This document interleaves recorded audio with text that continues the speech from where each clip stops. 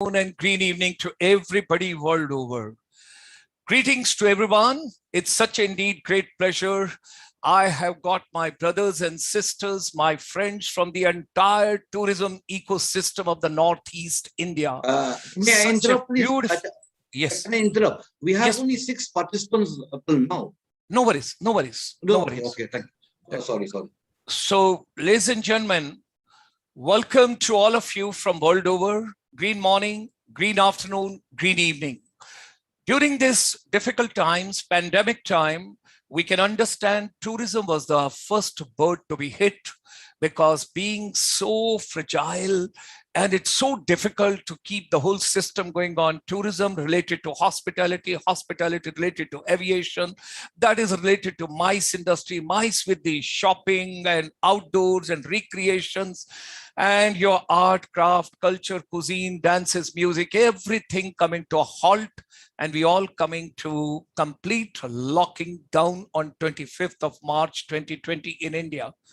Well, the time wheel moves on, things are getting better, and we pray to Almighty there is no third wave, and we just go over the entire thing, and subsequently also there is nothing.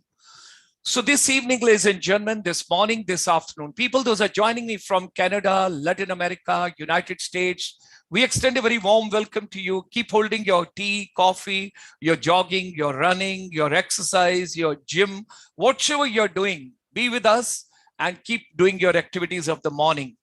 People, those have enjoyed their lunch in European Union, kindly hold on for your tea for a little while, and we will have a digital virtual cup of tea and coffee together. And meanwhile, in between, let's enjoy the beautiful Northeast part of India. And of course, people, those are joining me from Middle East, those are joining me from the ASEAN, those are joining from the Central Asia, because there are a couple of people, 87 people always join from Uzbekistan, Kazakhstan, Turkmenistan, Kyrgyzstan. And then I'm coming to South Asia also. People are joining from Bhutan, Nepal, Sri Lanka, Maldives, and a couple of other places. And of course, it's quite late for all of us. That is Myanmar, Cambodia, Laos, Singapore, Malaysia, Thailand, Indonesia, Philippines, Brunei. And of course, people, those are joining me all the way from beautiful Bharat and from the Ashtalakshmi. That is the 8 beautiful states when I talk about, right? Tripura, Manipur, Assam, Meghalaya, Arunachal, Nagaland, Mizoram, Sikkim, all of them 8 beautiful states, ladies and gentlemen, and beautiful people. Ask my heart as a soldier right from 1973 onwards, what a beautiful place, what a beautiful people, what a beautiful hospitality. You have yet to feel something in India and on this planet, the kind of love, affection, happiness, and everything you get in the Northeast part of India. Yes, hearty welcome to all of you. Let me extend a very warm welcome to Mr. BANLUMLANG. He's the president of the Northeast India Tourism Confederation.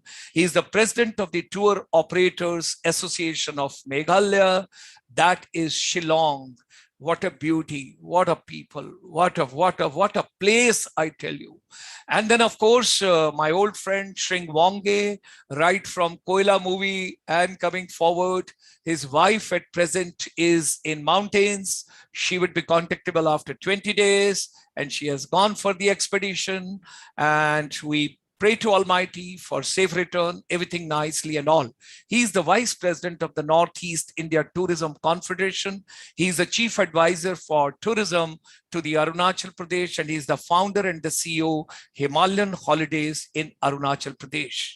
How can I forget the hospitality and the warmth of my friend, Mr. Debojit K.R. Bora, the General Secretary for the Northeast India Tourism Confederation, because he is the one with whom the Secretary, Ministry of Commerce, Government of India, along with 100 delegates, we enjoyed a beautiful cruise. I can never ever forget beautiful memories we had in the recent past. And that is the Brahmaputra Cruise Private Limited, Guwahati, Assam.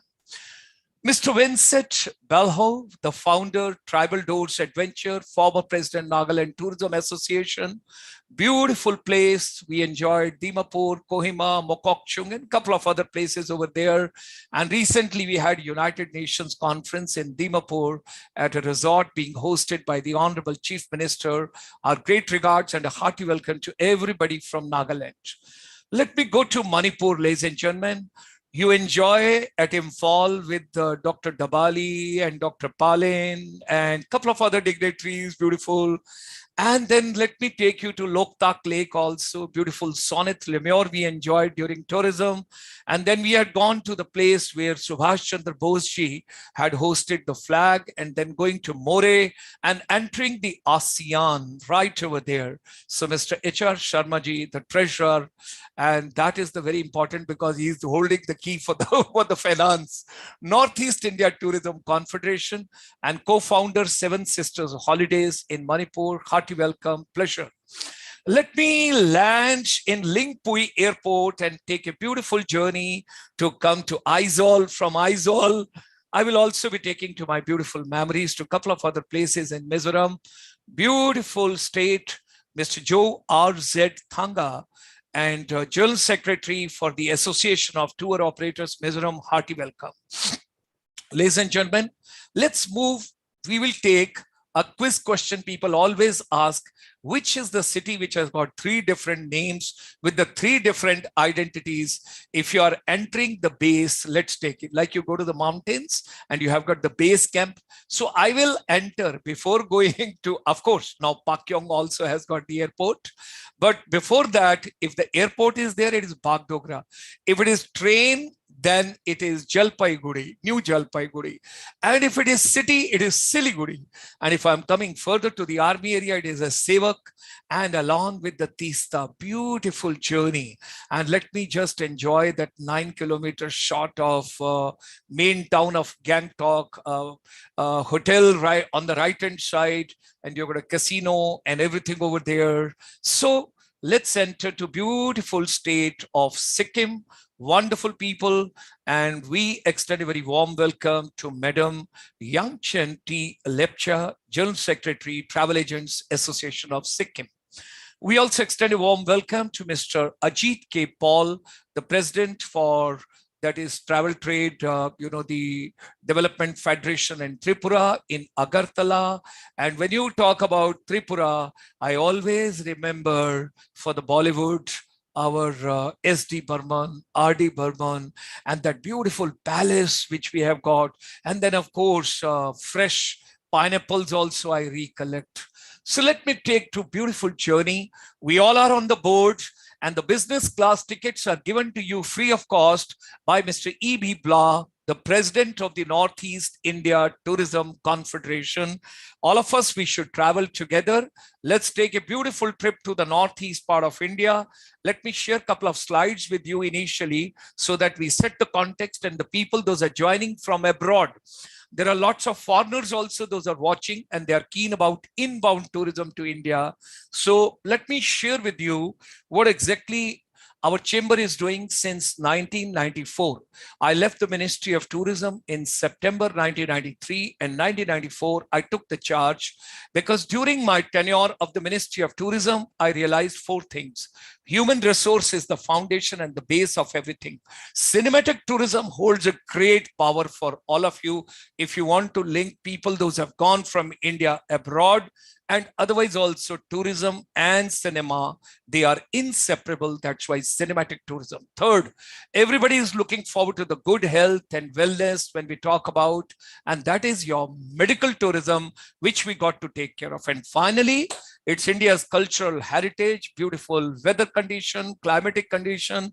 Same point of time, you have got minus dash degree temperature, and you have got plus dash degree temperature, and you can enjoy everything right over here. So hearty welcome to all my brothers and sisters, Indian diaspora. There are 31.4 million Indians at present overseas, and I'm proud of that few days back, just about a couple of years back. There was the Advantage Assam. We were part of it. It was in February 2018. And when we heard from the world over, the people, those had come. Every year, we organize Punjabi Parvasi Divas. That is the foundation for our all NRIs coming to India. It started in 1994, and we just celebrated in January the 27th Punjabi Parvasi Divas. And if I talk about it, it was all virtual. We had to focus that way. And this is the vision from 1994 Punjabi Parvasi Divas, and thereafter in 2003, all the stakeholders together with the Honorable then Prime Minister of India and late Atal Bihari Vajpayee ji, and he gave the vision, why not to have Pravasi Bharatiya Divas? And ladies and gentlemen, 9 to 11th of January 2003, the beginning, and this is the complete canvas. Why I'm sharing with you is for the inbound tourism, if we reach out our brothers and sisters across the globe, that can be wonderful to all of you. During the tenure with the Ministry of Tourism, Government of India, I'm proud to share that the entire team, we all set up Indian Institute of Tourism and Travel Management. I stayed physically in Gwalior, where the 20-acre land was dedicated by Jiaji University. And this was the first institution. And thereafter, it had gone across to different places. And we are proud to share that we started MBA Tourism. Indian Army asked me that we are sending you on a deputation to the Ministry of Tourism, Government of India, giving the clearance. What are you doing for the Indian Army? And I'm proud to share that under the dynamic leadership of Adjutant General of Indian Army, then Lieutenant General K.M. Seth, who was the governor of Manipur as well, we set up the Army Institute of Hotel Management and Catering Technology in Bangalore, where lots of people, and then the DGR, Director General Resettlement, organizing lots of tourism courses. And I'm proud to share that in 1999, it was for the first time the Fiat Siena car was gifted, and 3 months I was on a road traveling length and breadth of India, All India Tourism Quiz Contest, all of us together. And in 1994, with the help of today, during the digital era and during this COVID, we are talking about soft skills, life skills. Let me share with you, 1994, we brought to India, that is India's first finishing school, basically for service industry, where tourism, hospitality, airlines, media entertainment, radio, television, theater, music, films, 52,000 children, you know, being given the hand holding, and that's the way. And then come the journey. Nirmala Sitharamanji, she was the Minister for Commerce and Industry, Government of India. That time there was a concept, out of the entire 54 areas of services sector, 12 areas were identified for the development process as far as the Ministry of Commerce when she was there. Then she moved to Defense, and now presently the Honorable Finance Minister of India. Ladies and gentlemen, from Ministry of Commerce and Industry, we move to micro, small, and the medium enterprise. Now, all of us, those are in travel and tourism, whether travel agents or tour operator or tourist transporter, tourist excursionist, ecotourism, nature tourism, green tourism, wildlife tourism, mice tourism, whatever tourism we talk about, we should take a benefit and we should put our voice to Ministry of MSME, whatever best can be taken from there, because these are the documents which we submitted for 3.5 years to the Ministry of MSME that don't focus only on manufacturing sector, bring services at par with, you know, the manufacturing sector. And I'm proud to share with you that all these documents which we submitted, I still recall almost 3.5 to 4 years. And these were, and our first focus was tourism and hospitality industry. Then we gave the media entertainment industry. Then we gave the education and skills sector, IT and ITS, very important and a backbone of the entire thing, financial services, retail services. And then came 25th of March, 2020, and complete thing locked down. Doctors, nurses, paramedical doing their job. During this pandemic, more than 700 doctors in India, they have lost their life. A deep condolences and great strength to those families. Basically, when you sacrifice your life, that's what we learn in armed forces. And that's what these civilian soldiers in the white uniform, they have done as doctors. So when there's a complete lockdown, it requires a courage and a lot of deliberations. that the Honorable Finance Minister, with the consent of the Honorable Prime Minister, on 13th of May 2020, it is a historic day.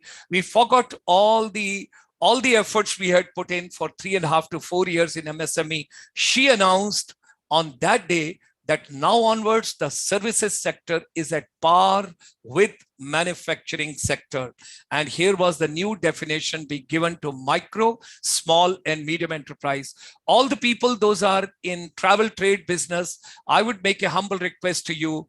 When we get united, when we all are together, the voice will be heard. When you go alone, hardly you will have the voice or the echo. So thereby, this is the time the entire Northeast India together, and that's why Mr. Bly is putting in lots of efforts how to bring in the entire tourism ecosystem together. I'm grateful that our chairman for our chamber, ICSI, Mr. Rabindranathji, who is a former chairman and MD of the NSIC, National Small Scale Industries Corporation, and first incubation center being set up, a lot of documents in the foreign country, MOUs being signed. He as a chairman is taking on the whole campaign with us, and we took on. And during this lockdown, we thought, like the doctors and the medical people are doing their job, let's focus on education and skills. And all my young boys and girls, those are listening to this particular program, it's my humble appeal to you, don't spend single rupee, don't spend any money. There are lots of courses available which are free of cost under Pradhan Mantri Kaushal Vikas Yojana Part 3. Undergo a program, try and acquire a skill because you can gain so much. And during this pandemic, we are focusing on schools, colleges, universities, polytechnics, ITI, skill centers, all stakeholders with EdTech platforms. Anybody who needs any support, we don't need any money. I'm announcing in public, overseas, world over. We don't need any money. Our chamber doesn't need any money from you. We don't need anything. But we would be more than happy if our youth are given the hand holding and they are given. This is our patron based out of Los Angeles in the Woodbury University, Burbank. And he's the first, Indian who holds 2 PhD. One PhD he has done on education ecosystem. Second, he has done on Buddhism. So quite a bit. And thereafter, our present president, he has got the hotel in Bangkok, in Thailand, and all the medical tourism patients, those are coming to Bangkok. You can imagine that almost 45% patient relatives are staying with him in his hotel just next to the largest medical unit, which is located in Bangkok. He's our president at present. I'm grateful to him. He's watching this program from Bangkok and being a part of it.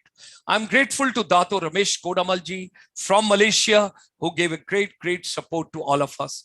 Going to Cambodia, Sandeep Majumdarji. Thereafter, from Singapore, Anil Manochaji, he's a water management specialist. Anything you need related to water management, he is the key person and he's our chairman for water management. And World Tourism Day celebrations, again, we had done. Then we went to Scandinavian countries, Norway, Finland, Sweden, and Denmark. And we have done a couple of things into education fraternity. Virtual summits. I'm grateful to Mr. Eric Falt, the regional director of the UNESCO. He joined us all the way from the Paris, and great support coming to us from the UNESCO that let's help, because India has got a large population of the younger generation, 1.65 billion children away from schools, colleges, universities world over. So in that ecosystem we fit in. And thank you very much, Mr. Eric Falt, joining us today from Paris. Mr. Omar, from Africa now, he was earlier with the UNESCO in India. Shri Ravi Shankarji's nephew, Mr. Irwin, with him, we did the entire brainstorming and we started a series, Ayurveda for the global wellness. Ladies and gentlemen, can you imagine today in Canada, in USA, in UK, in Peru, in Chile, in Venezuela, in Costa Rica, in the commercial ads, you can find Indian Ayurveda. Can you imagine? This all is possible. And when I'm talking about this, it is in context with Northeast part of India. Northeast part of India has got maximum plantation of the herbal plants. And now Mr. Sonowal has taken over the command in Delhi. We should do something in herbal tourism and wellness tourism with him. With the non-resident Indians, every Sunday, we bring a special program to all of you. Every Sunday, like today, we have logged in over here for this program at 8 o'clock. Every Sunday, 8 o'clock, we have got a program with Indian diaspora. Then going to India's heritage and ancient wisdom. I'm thankful to all the sector skill councils and very especially to the Beauty and Wellness Sector Skill Council, Media Entertainment Sector Skill Council. Now, from this platform, let me assure you and let me share with you, without giving any service charges anywhere, if you want to become a training provider, you want to set up your own training center anywhere in Northeast part of India, you want Beauty and Wellness Sector Skill Council, CEO is Monica Behel. If you want to set up anything with the media entertainment, radio, television, theater, music, films, editing, special effects, cutting, whatever you want to do for media entertainment, Mr. Mohit Soni is the person, the CEO. Our chamber would be more than happy through Mr. Blah. We can put you across. And then if you want to be startup, if you want to be entrepreneur, I can put you across to Colonel Anil Kumar Pokhriyal, who comes from my uniform. Together we have done. Thank you very much, Anand Prakash ji, right from Doha, Qatar, Kuwait and Dubai, Sharjah, Abu Dhabi and Oman. You brought a huge brothers and sisters population together. And thereafter, ladies and gentlemen, we are thankful to Tata Consultancy Services, the Vice President and the Global Head, Mr. Dinanath ji, and we had a wonderful series with Tata Consultancy. This was the Buddhism series which we had done, and Dhammapiya ji, based out of Tripura, Venerable Dr. Dhammapiya, the Secretary General of the International Buddhist Confederation, and this is all for teachers' empowerment. And then we had done for India's freedom struggle, that is Lala Lajpat Rai special. And then on 1st of February this year, the Honorable Finance Minister in Parliament, she announced 100 new scenic schools to be set up. I come from uniform and my dream is, why not 100 boys and girls from Northeast? They should get commissioned into the armed forces and they should join. And we are proud of Mizoram. Mizoram is the first state in India which sent 6 girls for the first time entry to the scenic schools. And thereafter International Women Day, great celebrations. And then of course, there was a Vasant Panchami because your voice, your communication skills and your connecting skills is there. And then of course, we had different generation, 4 generations sitting together, singing together and being music entertainment for the wellness. I'm grateful to Dr. Jagdish N. Shetji, joining us all the way from United States. So we are grateful to you. Thank you very much. Ladies and gentlemen, I wish to share with you on the left, if you see on the screen, there's a Professor Anil Sastrabuddheji. He's the chairman of All India Council for Technical Education. Deep emotions goes from his side for the Northeast because he was with IIT Guwahati and his wife set up one of the tribal schools in Arunachal Pradesh. I still call, I think it was at Nirjuli or Naharlagan. And then comes, if you want to acquire any skill or competency, Dr. N.S. Kalsi, the chairman, National Council for Vocational Education and Training. Dr. Jagdish N. Sheth, he was honored by the Honorable Prime Minister, Shri Narendra Modi ji, for his outstanding contribution. And then, of course, our advisor in USA, Professor Vivek Shankar Natarajan, we are grateful to you. And here is the wonderful, humble efforts of the chamber. Our ICSI, as far as Northeast is concerned, as I was telling a little while before, we had a wonderful developing Northeast through the power of entrepreneurship. That was on 20th and 21st of December 2018 at Dimapur. And then, of course, we are going to Manipur. And then we are going to Guwahati, Assam. And because Guwahati Airport getting expansion, everything development with Airport Authority of India. And our deep condolences to the family of Dr. Mahapatra, to whom we lost during this corona. He was the chairman of Airport Authority of India. That time he came all the way to the Radisson Blue Hotel and we had a function over there. Then the Guwahati, Assam, another business summit. Then we had gone all the way, I still recall, we had ASEAN Summit in Nehu in Shillong and ICCR. That is the one which was set up over there. Then in Imphal, in Manipur, that was a great function. Then in Mumbai, all the boys and girls and young artists and producer, directors, actors, writers from the Northeast and ASEAN. They got together in Mumbai. We had the cinematic tourism destination Northeast India and ASEAN. This is Advantage Assam. We were the part with Vicky. We took care of the IT segment over here. During this pandemic, teachers and youth empowerment, and Honorable Prime Minister gave the new education policy 2020, and now we completed 1 year, and the national education policy is rolling, and under the dynamic leadership now with the Prime Minister and Dharmendra Pradhanji, lot is coming. So education is incomplete without skills, and education and skills are incomplete without children getting job or some kind of an entrepreneurship or startup. There has to be a proper opening. Youth have got tremendous power. I've been meeting all of them. Children are very vibrant. They're very, very creative, and they're very innovative when you talk about Northeast. This is, I'm taking you all the way to Sikkim, and this was the Teachers Empowerment Program, and this is something being done over there. And we always say in education ecosystem, why don't we have music, dance, games, happiness, humor, fun, creativity, curiosity, storytelling? Our chamber is taking initiative, and I got the consent from the global fraternity. We are going to start India's first e-Gurukul Gyan Yagya for the service industry on 27th September, World Tourism Day. That is to provide free digital education to every child whose parents cannot help, and if they want to be. And here is the complete canvas. Can you look at it? Revival of tourism, revival of tourism, revival of tourism, revival of tourism. That's what we got to be taking care of. Why tourism should be a separate subject? It should be integral part of the education ecosystem. Tomorrow morning, 11 o'clock, that is on Saturday. Every Saturday, we have got Women Empowerment Program. So Women and Emotional Intelligence at Work.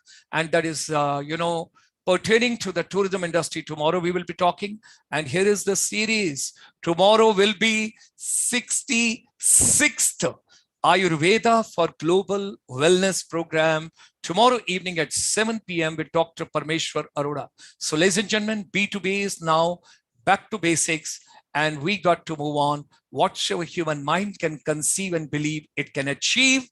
So welcome to Untapped Tourism Potential of Northeast India. Dekho Apna Desh, and let's move to Uttar Bharat. And when we talk about it, here are my wonderful dignitaries, my brothers and sisters, and all of them together is such a beautiful, we extend them a very warm welcome. Join me in extending a very warm welcome to all of them. And we come alive and move to the Northeast part of India. And I would request Mr. Blah to take on the onward journey, because I just wanted everybody to be on the common frequency world over and understand what is the purpose of this program. Why are we having this program? What do we want to discuss over here? Some more friends have joined. One more is still struggling because the digital part always has to take part of it. So we have been joined by Tsering Wange also. I missed him earlier. And it's such a pleasure to have him with us. What a pleasure. What a pleasure. Mr. Bora, Mr. Devajit Kumar Bora. And that is something, we still enjoy the fragrance of your cuisine and that English music and everything, and Hindi songs also. That was lovely over there. And then, of course, I have already met Mr. Thanga. I met Mr. Radhakrishnan I met Madam Lepcha. And then I met Mr. Balho. And of course, now also we have been joined by one more. I think he is still trying. Let him try, because we don't need no physical highways. We need digital highways. I think digital connectivity, what we need, everybody should have a digital connectivity. We have also been joined by Ajit Kumar Paulji. We extend him a very warm welcome. And ladies and gentlemen, with this, I would request Mr. E.B. Blah, my brother, my friend, and a lot of warmth which he has brought from the entire Northeast. And I am handing over all the world and 31 million non-resident Indians to you now. All my brothers and sisters, they go across. Let's take a beautiful journey to Northeast part of India.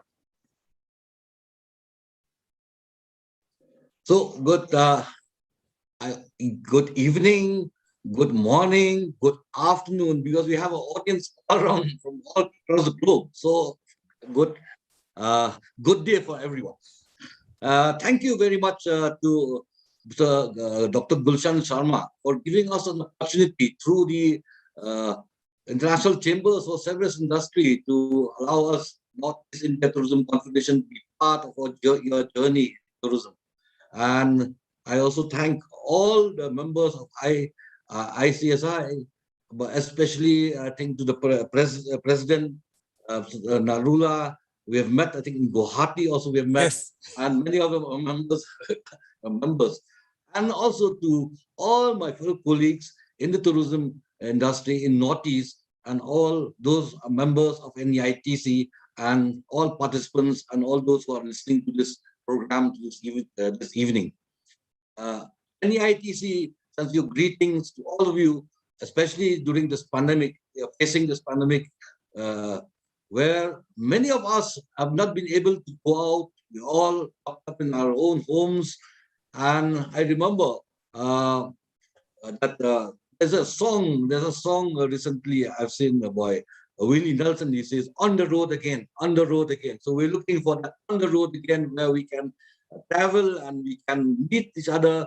And we are ready also to host Northeast India to all our viewers who are listening to this program, and also those who are interested to visit Northeast India.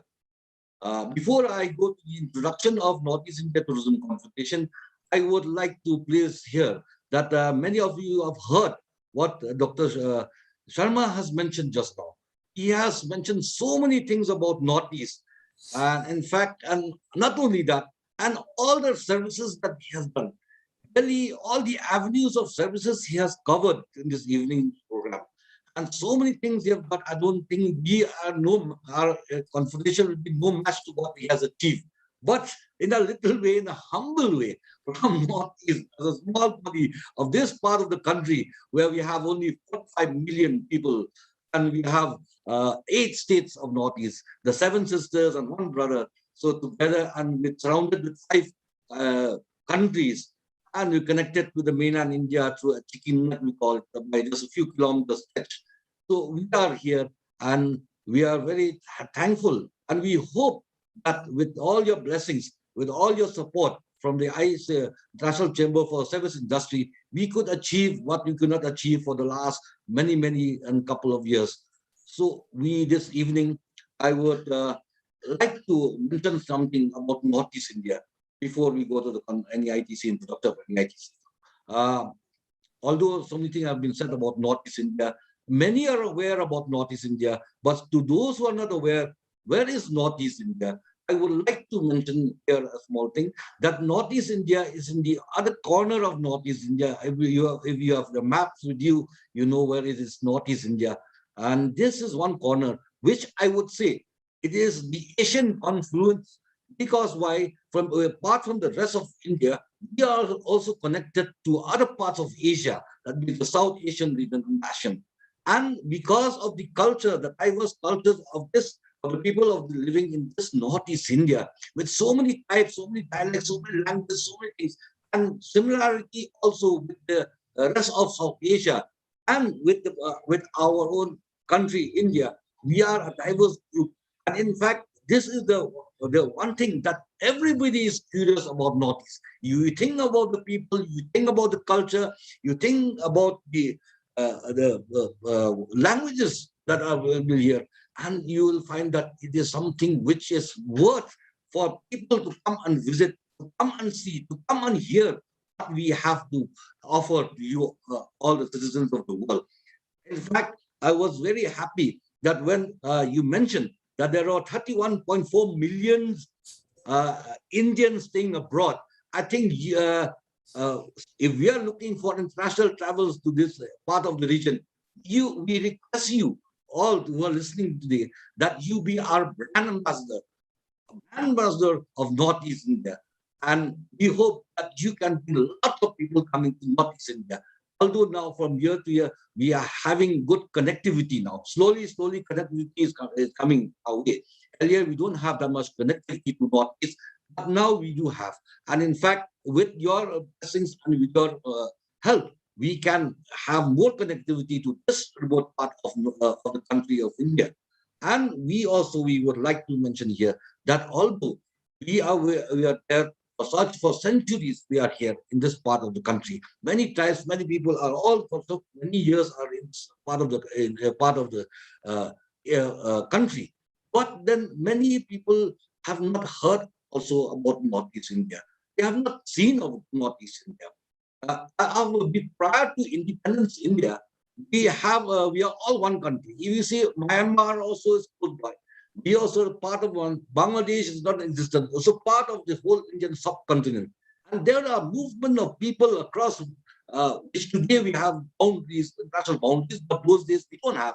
People are moving across, and there are lots of interactions and what you call a movement of people from one place to another place. But unfortunately, with the partition of India, and when we got our independence in 1947, we found ourselves locked up by so many, international borders, and we cannot move. We are stuck, like in an island. We are in an island. So definitely, for so many years after the independence, a couple of I think 5 or 6 decades of that, we were really secluded, and most of the people, the generations that were born after that, they don't know much about us, because why? We are locked up. We are not that much connected with the rest of the world and with the rest of the country. So now, after the last 10 years, say a decade or so, we in Northeast India have started opening up, and this what you could say, the paradise and unexplored.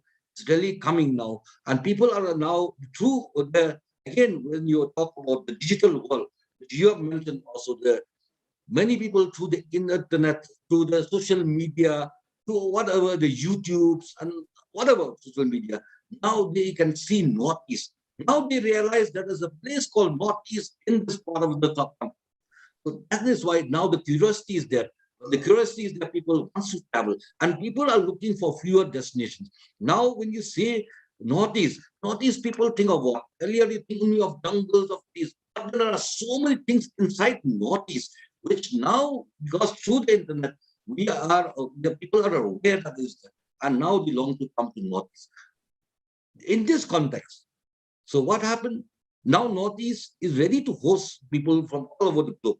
I won't say that about 10 years back, when many people will talk about Northeast, some of them knew about Northeast, but many people do not want Northeast because we don't have that kind of infrastructure that will be able to host people in Northeast. We don't have that much good hotels, we don't have homestays, we don't have guest houses, we don't have resorts, we don't have other means of transportation, good road connectivity, roads are still bad, everything's bad. So that's why people are hesitant to come to Northeast. But during a couple of years now, we started getting there's a growth in the tourism sector, and the visitors to Northeast now, they realize that okay, when they come now, we are at least, if not perfect, but at least to some extent, some standards are there that we can host them. We are not fully equipped, but we keep on growing. And in this context, because of the growth coming in the tourism sector, that's why we really need to develop our human resources in the service industry. So we need lots of stakeholders who are trained in the tourism sector, in the hospitality industry, in other aspects. We need good tour guides, trained tour guides, and we know that we need also good tourist transporters with good vehicles, good infrastructure. So these are the things which has come now. We need that, and the most important is that human resource development. And for that, we need to upskill people, we need to skill people, we need those also a lot of capacity building programs for our service providers. And on top of that, we also feel the need that all of us, we should, as stakeholders in the tourism industry, we among ourselves, all the 8 states of Northeast, we should help each other. We should help and grow together. So that when we help each other, definitely we can achieve whatever the objectives we have in the tourism sector. So this is what the whole idea of the formation of the Northeast India Tourism Confederation. Why and how it came into being Northeast India Tourism Confederation. I mentioned again, 10 years back, we don't have any body of such like that represents the entire Northeast. But we do have some associations of tourism stakeholders, whether tour operators or hoteliers, in some states, not all the states of Northeast.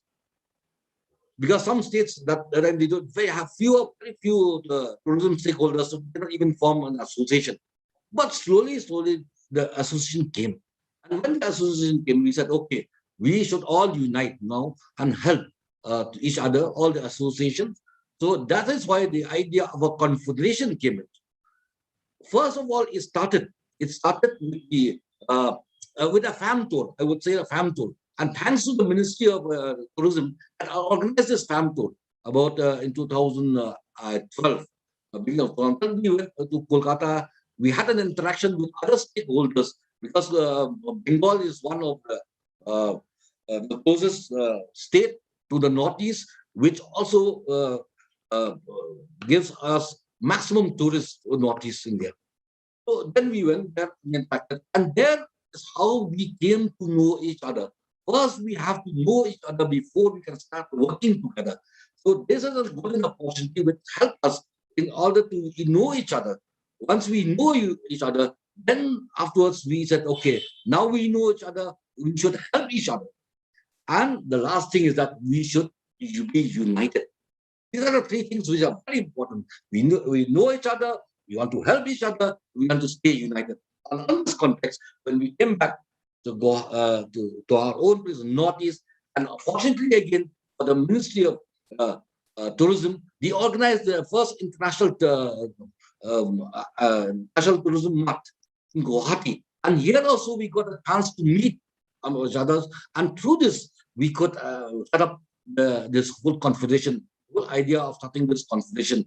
And it is in Tawang after the second national tourism month. We met in Tawang and we could form an entire body for the Northeast. And as any confederation, new confederation or new organization, it takes some time to grow. We really have a rough road because what happened for us from entire Northeast, even to meet each other is very difficult. And now maybe the last few years we do have this kind of like WhatsApp. We have this now recently because of the pandemic, we are very fortunate that we never thought of earlier that we can have a meeting like this, virtual meeting through Google Meet or through Zoom or whatever. But then again, the last couple of years back, we didn't have that opportunity. So we have to either contact each other or meet. If there's a meeting, we have to physically come together to a certain place and meet. That is a little difficult here in Northeast because it's not so easy. People coming from one place to another place and at the same time to be free and to meet each other. So somehow NEITC keep on growing slowly. We try to push up NEITC. And slowly also, the growth of NEITC also leads to the growth of the number of tourism stakeholders in the respective states, each state of Northeast. And when the growth is there, the tourism stakeholders, definitely these have strengthened the associations that have been formed with very few members. And today, some associations have got hundreds of members. So there is a growth of membership in these associations.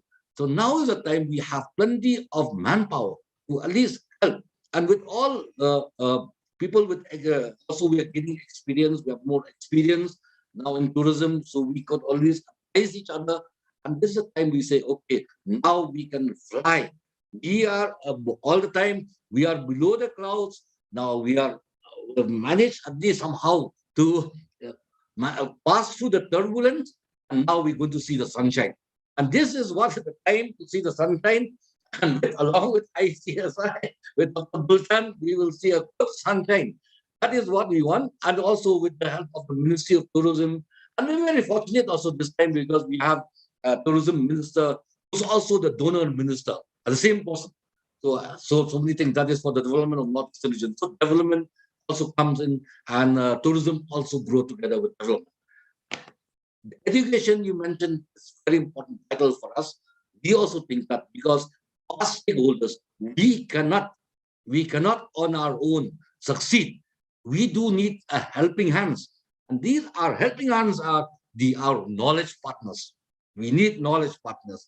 And to get good knowledge partners, definitely we need lots of people in the field of tourism. Those institutions which are imparting tourism subjects in the course. That is what we need. So definitely now, along with that, also we have because of the growth of tourism, definitely we have also many institutions now providing tourism course, and along with that, so we have a growth of academicians in tourism. We have also now many people from around this Northeast now who are professors, lecturers in these institutions. They are of very much help to us because they can give what they can help give knowledge to us, and they can give whatever we lack from our side as stakeholders. At the same time, also because of the importance of the tourism industry now, we have also the facilitators, that means the government, the state government partners, taking seriously about all the tourism activities that take place. And because of the growth in the sector, then employments come. So then the government also is serious. That's why you have now some development of infrastructure. And through this, we hope and we pray that there will be more connectivities, because our main thing is aim is to have good connectivity to Northeast, linking within various states of Northeast for a movement of people of tourists within Northeast. So for in a short time, we need itineraries, good itineraries, and along with good itineraries, if we don't have good connectivity, good growth, good transportation, we cannot, have movement of people, movement of tourists within the Northeast, with seeing the maximum number of places in the less possible time. And also in those areas which we need to say that take tourists, especially in those, I would say those off-roads where I think my friend and colleague here, Vincent Belho from Nagaland, he always talk about this off-roads. So this kind of things also we need some development on this side. And now one thing very important, which we say about the Northeast. Now we talk about as a Northeast as an eco destination. Eco destination, that is very important. And for this, I remember we used to participate in this Northeast Green Summit. And in Northeast Green Summit, we talk about our environmental protection. And we talk about responsible tourism. We talk about responsible travelers. We talk about sustainability in tourism. And we hope that with the growth of tourism in this area, we can also sustain. And one thing which is very important, that is why also this is one of the core issues which NEITC is taking up. And that is to see that whatever tourism can give for us, it should, whatever tourism can bring to us, it should be for the benefits of the local communities. Because if the local communities do not benefit from tourism, then we cannot sustain tourism. And for this, we need a total development of tourism in all nooks and corners, especially in remote areas of our Northeast, where people, most of them don't have that kind of means of livelihood, which from other activities except to tourism. And this also will help us in protecting our environment, because when you don't have much choice for your livelihoods, people tend to destroy the environment.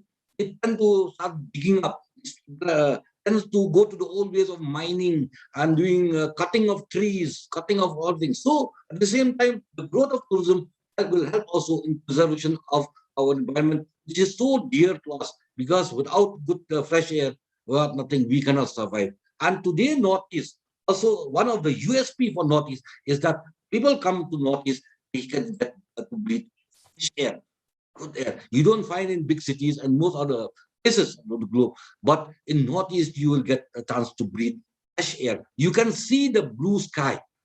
In most other parts, maybe because of pollution, don't see the blue sky. But then in Northeast, you will see the blue sky.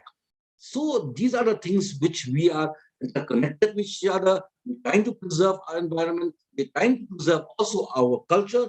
We're trying to preserve also our nature, and we are trying to save all the flora and fauna of the place. We try to preserve also, because what happened, you've seen so many. You have Northeast. You have the famous Tsering, and you have the Manas Wildlife Sanctuary, preservation of wildlife. These are very dear, because wildlife also is very important to preserve. It's not only for tourism aspect, but it's also for the entire survival of the human race. Because animals has to survive in order we can survive. So this is very important. And another thing, which again, our Northeast India Tourism Confederation, we are looking for other things which can help this place. One thing is very important, as you say, tourism generates a lot of employment. Not only employment, it contributes a lot to the revenues of the state. Revenue contributes a lot to the GDP of the area. Now, I can tell you one thing is very important here to put in. Prior to independence, Northeast GDP is higher than the rest of India. That, if I don't know, you can check for that. Higher than India. But after independence, because of what I mentioned earlier, the GDP is below the national average. So we want again to come up, and through tourism, that is the only thing where it is through tourism, which we can come up. We can come up at par with the rest of India. And when we come up at par with the rest of India, definitely we also will be better citizens. We will be able to cater to needs of the nation, and we can bring up better citizens through education. That's what you mentioned. Education is very, very important, because without education, we cannot survive in this day and age. We need to educate ourselves. We need to educate our children. We need to educate our generations, so that by education, we can see the world. And when we see the world, like now, Dr. Gulshan has mentioned, so many countries are working here. So our people also will see the world. And when they see the world, they say, okay, now, okay, this is that world which we are seeing today. Why not, if we are seeing some good things in the world, we've seen good location in the world, we've seen good business in the world, why not the same thing should come to our Northeast? This is one thing which we really look upon. And before I give my conclusion on this, because we have lots of speakers, I think I took the opportunity, because as being the president, as you mentioned also, and you said, okay, you can take more time. I hope with my sincere apologies to my colleagues who are going to speak now, another 7 speakers are there. We will be talking about also about NEITC and also about their own state. I would like to say that something about Meghalaya, because I am also representing Meghalaya here. Although I am following NEITC, but because Meghalaya, I have not seen any of the panels there, but I'm from Meghalaya. So let's talk about Meghalaya. Meghalaya is a beautiful state. It is in the close by to Bangladesh, very close from here. I'm sitting right now, and I'm just about 300 odd kilometers, more than 300 kilometers from Dhaka. We are 400 kilometers from Dhaka, the capital city of Bangladesh. And at the same time, I expect lots of people from Bangladesh to come in from here, because Bangladesh, they contribute to the largest foreign travelers to India. But we don't see that much in Northeast, so we're trying to attract them also in Northeast. And we have a place called Sora. Now people know the Cherrapunji, the best place on earth. We have the beautiful caves, and we have our USPs, the living root bridges you have seen. And now, I don't know, I wouldn't want to talk about this, but I think I'll leave it to yourself to find out. All of us are living under the Meghalayan age. We call it the Meghalayan age. And why we are living in the Meghalayan age? So some of you can Google and find out what is Meghalayan age. Then you realize that all of us sitting here listening to this program are living in this Meghalayan age. So with this concluding remarks, I would like to wish everyone all the success, and again thankful once again to International Chambers of Service Industry, and especially Dr. Gulshan. Thank you very much. Thank you very much. Thank you very much, Bala Saab. It was a wonderful canvas which you had set in. And as a good student, I have taken all your notes very carefully. I have taken all the notes. I would request you, if you can further take on your participants, and you can just take in the sequence who is to be taken, which way. You can introduce them your way, because this is your show. This is your program. I want to learn about Northeast more. I want to feel the fragrance of Northeast more. So I request you to kindly take on further the journey. Okay, before taking further journey, because we have lots of panelists here, you must have seen in your screen and your banner that they are representing various organizations, various associations. Yes. So I would just like to mention a little about the structure of NEITC. NEITC, we have many organizations. We have 9 active, and we have also 4 more in the pipeline. So we have, from Sikkim, we have the Sikkim Travel Agent Association of Sikkim. We have Sikkim Hotel and Restaurant Association, then Sikkim Association of Adventure Tour Operators.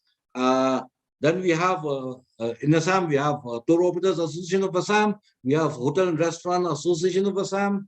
We have Arunachal Pradesh Tour Operators Association. We have Nagaland Tourism Association. We have Manipur Tourism Forum. And also joining shortly will be Manipur Association of Tour Operators. Then we have Tour Operators Association of Meghalaya. And sooner we also Federation of Shillong Hotels will be joining in. And then we have Association of the Tour Operators of Mizoram.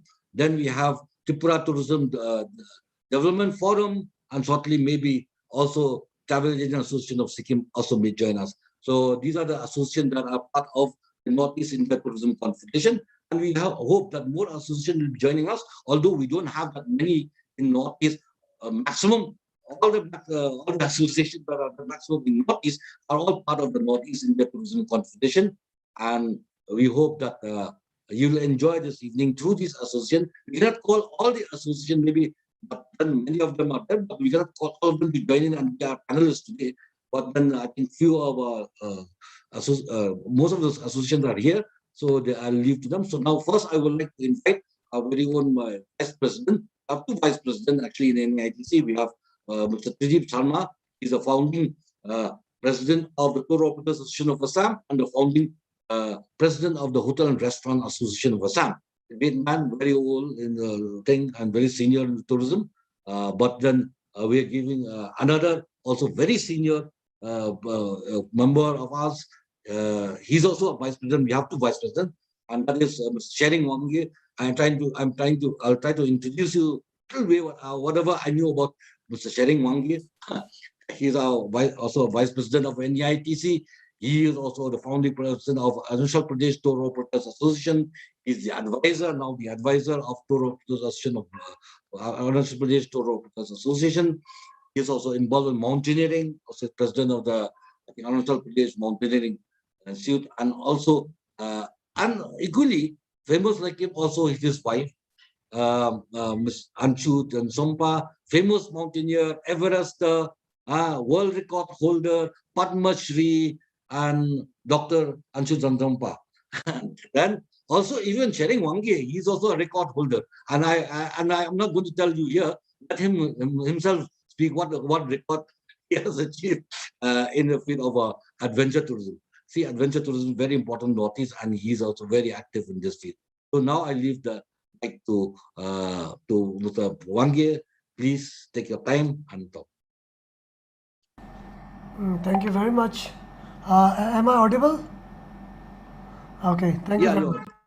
Yes. Our president has really taken his time to give his presentation.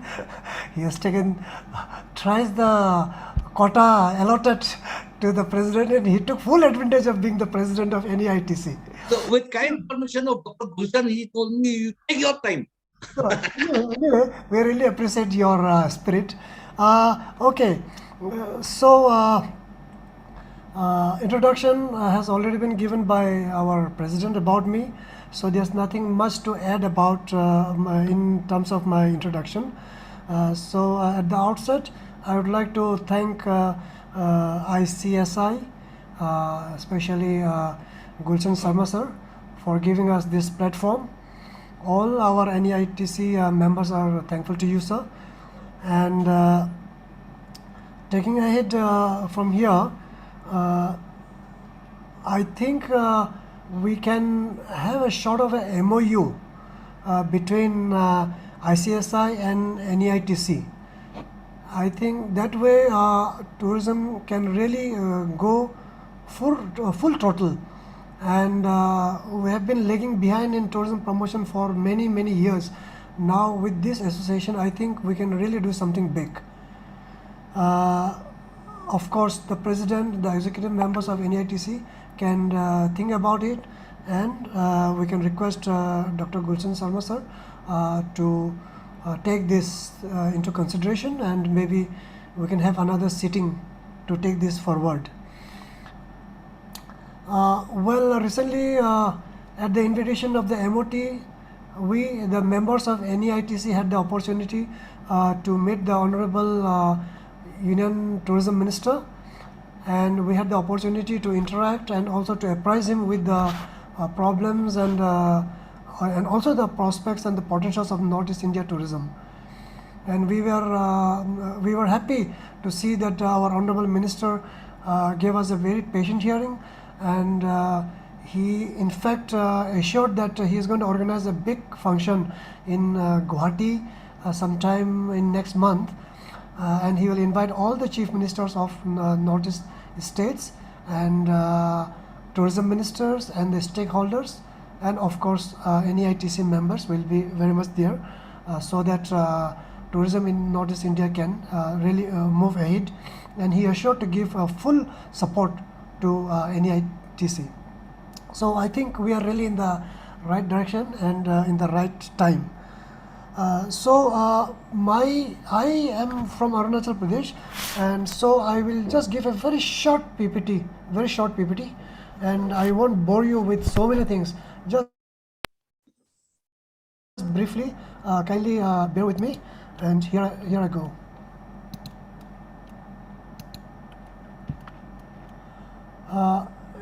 Is my PPT? Yeah, we can see. Okay, great. Please go ahead. So these are just the attractions of Arunachal Pradesh. So these are some of the places. Arunachal is 84,000 square kilometer, and we have some tourist attractions like Tawang, Bomdila, Dhiram, Zero, Mechuka, Namsai, Dong, and many more places. But I'll just try to cover these few places here.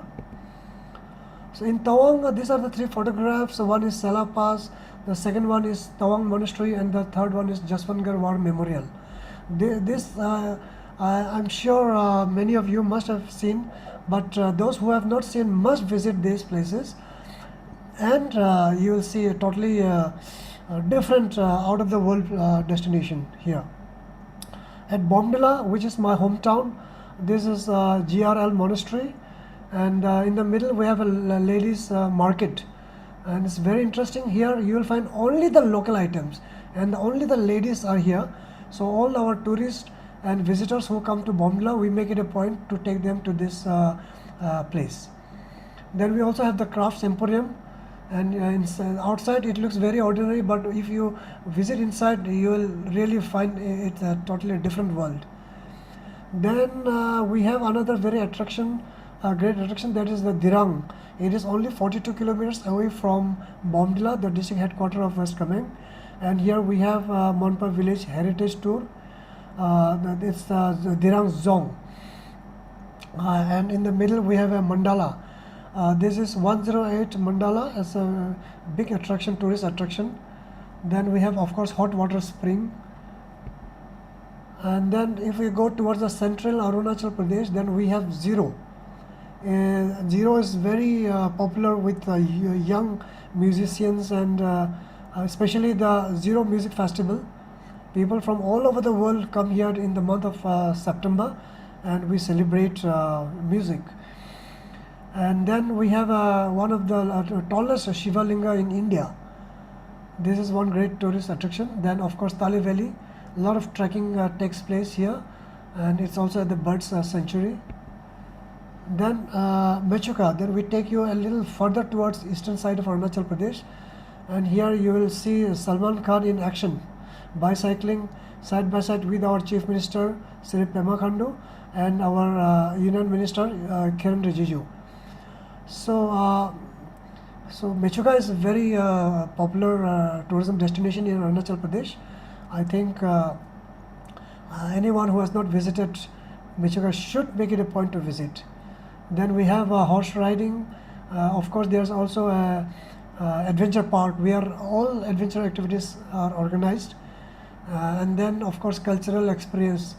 This my friend, his name is Gebula Sona. He has a homestay, beautiful homestay in Mechuka. So this is some of the attractions. After a visit of Salman Khan, this place has become even more attractive.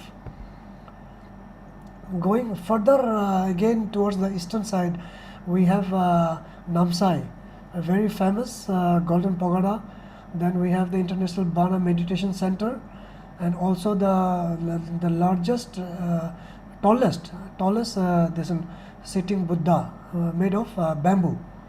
Then we have the Empong Monastery. So this Namsai, in the eastern side we have this Buddhism, and also in the western side of Arunachal Pradesh. Then one thing which Arunachal is very famous is we have the first sunrise in India, and that happens in a village called Dong. So this is the village, Dong village in Arunachal Pradesh, and you can see a Mithun and a Jersey, which is also our state animal. Then we take you to some of the exotic lakes. We have hundreds and hundreds of lakes in Arunachal Pradesh. We have 84,000 square kilometer. So, but we'll just show you some scenes from three places, three lakes: Sangester Lake, then Shiloh Lake, and then 7 lakes in Dhiram Valley. So this picture is not very clear, but this is Sangester Lake, and all these trees which you see, it is actually coming out of the lake. So it's a very unique, very unique this lake where films are shot very often, where Madhuri Dixit and Shah Rukh Khan, they shot Koila. Then we have this Sela Lake. While passing through Bomdila and onwards to Tawang, you will cross this Sela Pass and the Sela Lake. Then we have this 7 lake in Dhiram Valley, very famous lake, and here I think a lot of trekking is happening, and it's being introduced lately. So people can come and do this trekking in these 7 lakes in Dhiram Valley. We also have mountain peaks, and a lot of trekking and mountaineering has also started in Arunachal Pradesh, especially Mount Gulshan and Mount Kangto. I'll just show you glimpses of this mountain peaks. This is Mount Gulshan Massif. In Mount Gulshan Massif, we have 5 peaks: Mount Gulshan Main, Mount Gulshan East, Mount Gulshan West, then Tsomu, and one more peak is there. So this one you can see while trekking in West Kamen district and Tawang district. You can see this Mount Kangto. It has not been climbed yet, but we are trying to explore it sometime next year. Then we have a lot of adventure activities happening in Arunachal Pradesh. We have this Bailey Trail trekking. Then I have already told you all about the Gulshan expedition. Gulshan expedition has already happened 3-4 times, and also camping, which is very regular feature in Arunachal Pradesh. We do a lot of camping. Then we have the paragliding, biking, and many other adventure activities. So this is some of the photographs I'm sharing with you. The Bailey Trail trekking. We are organizing this next month, so anybody who is interested can contact us, and we'll take you along the famous historic the Bailey Trail trekking in Arunachal Pradesh. And then Gulshan expedition is also happening in the month of late September to October, and we are planning to do it every year, so all the mountaineers from different parts of India and abroad can come to Arunachal Pradesh for mountain expeditions. Then camping, yes, as I told you some time back, we have camping happening off and on. We have a lot of festivals in Arunachal Pradesh, so a lot of campsites are being set up to accommodate our guests coming from different parts of India. And paragliding in East Kameng, we have a paragliding club which is organizing regularly, and also in Mechuka. Then cycling and biking, and just when we had a window between the first and second wave of the coronavirus pandemic, we had during that window period we have a lot of bikers and cyclists coming to Arunachal Pradesh. So this is the brief presentation on Arunachal Pradesh. I have just I've been told to limit to just 6 to 7 minutes at most. So I'm going to finish my presentation. But before that, I just want to show you this. This is not an advertisement, Miranda. Okay, this is not an advertisement, but this is just a bottle where, like, we put all the plastics inside, and we encourage all our campers, and even at our home we used to keep like this in our kitchen, and also in the car we used to keep like this, so that all the plastics can go. You know what is how much I have collected? This is a 1 month collection from my room. Anything which plastic comes, it goes inside, and I'll for 2 to 3 months all the plastics will go here. So my humble request to all of my colleagues and friends, please, this is very simple and anybody can do it. You just need to practice a little bit initially. You might forget it, but if you can do it, I think it's a very simple and very good practice which we all can do. And I've in a couple of my presentations earlier also I have requested, and they have agreed, and many of them, including the director of Youth Affairs and Sports from Mizoram, and many others, they have said that yes, we are going to do it. So my humble request to all of you to kindly try to practice this one. And also one more I would like to show. This is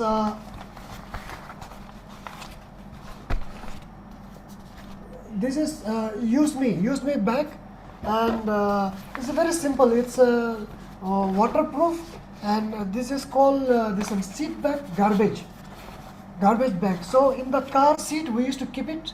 In all the cars we are distributing like this to all our drivers, to all the commercial vehicles, so that they can just put it in the car and then they can use it. Okay, so I request all of you also to follow all this simple but very useful and meaningful. Let us give something back to our mother nature, a little contribution from our side. I think that's all from my side, from Arunachal Pradesh. And thanks once again to ICSI for giving this opportunity. And I welcome all of you to Arunachal Pradesh. We are there anytime, 24/7. We are there to help you make your visit to Arunachal Pradesh successful and comfortable and happy. Thank you very much. Thank you very much. Thank you. Thank you. Thank you. Thank you, Tsering Wange, for giving all those beautiful photographs of Arunachal Pradesh, the largest state in Northeast and also the least populated state, and known as, I think you also call it the land of the rising sun. So we have another next speaker, very important. He is our General Secretary of our Northeast India Tourism Confederation, Mr. Dabujit Bora. He is also a very famous man. Also, he has got a cruise in the Brahmaputra. I think one of the most beautiful cruise, and maybe one of the largest in the Brahmaputra in Guwahati. So you can enjoy your evening cruise through his cruise, and I think he will give a lot about Assam, and he will give a lot about his cruise functions and how people are attracted to this cruise along the Brahmaputra. So over to Mr. Dabujit. Thank you, Mr. Bla. On the onset, I would like to thank Dr. Gulshan Sharma for remembering me and for remembering the cruise and the event that we had. And also a very good evening to all who are present there. Assam as a state has many things to provide, and all these things can be combined in one form of tourism, that is river tourism. And since I specialize in river tourism, today I would like to speak on that. Further, river tourism is what Brahmaputra is providing is unique in Northeast, and it's been done only on the Brahmaputra in Assam. So instead of talking much, I'll straight away like to go to my presentation.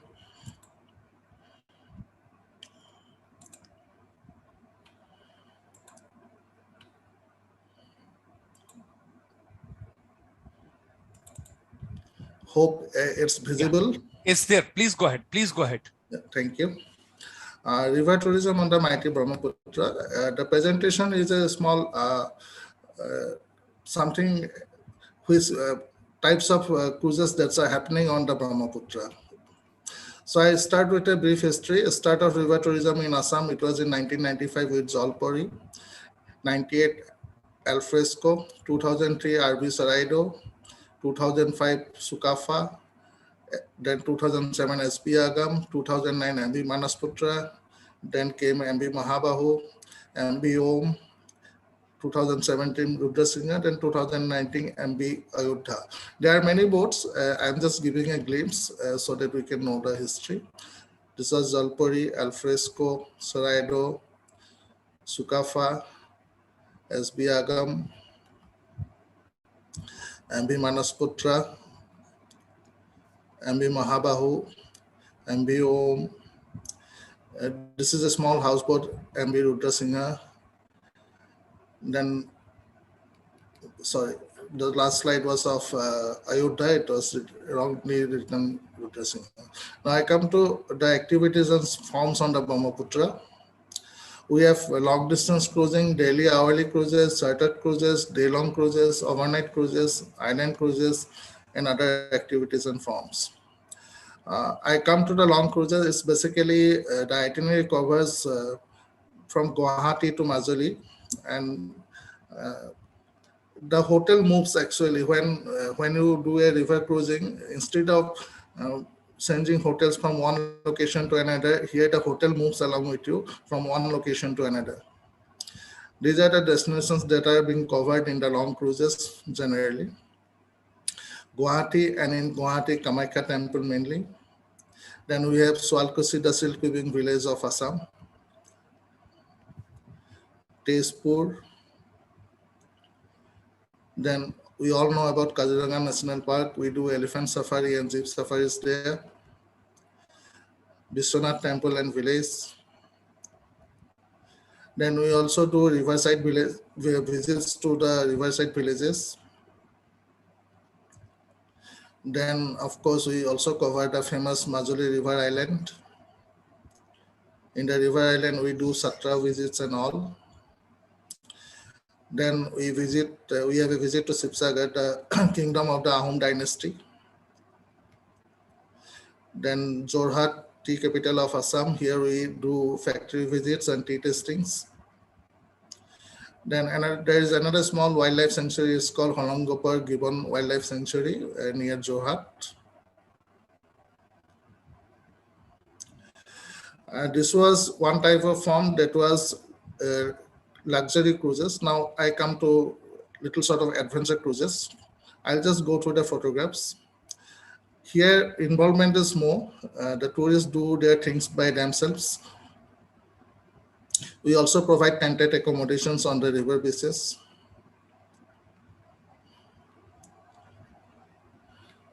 These are basically semi-adventure cruises. We get to meet and get to visit villages, taste their local cuisine.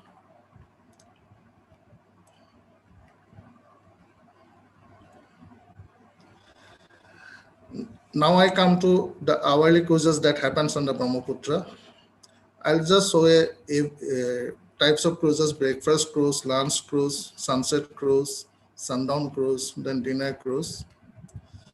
Small AV.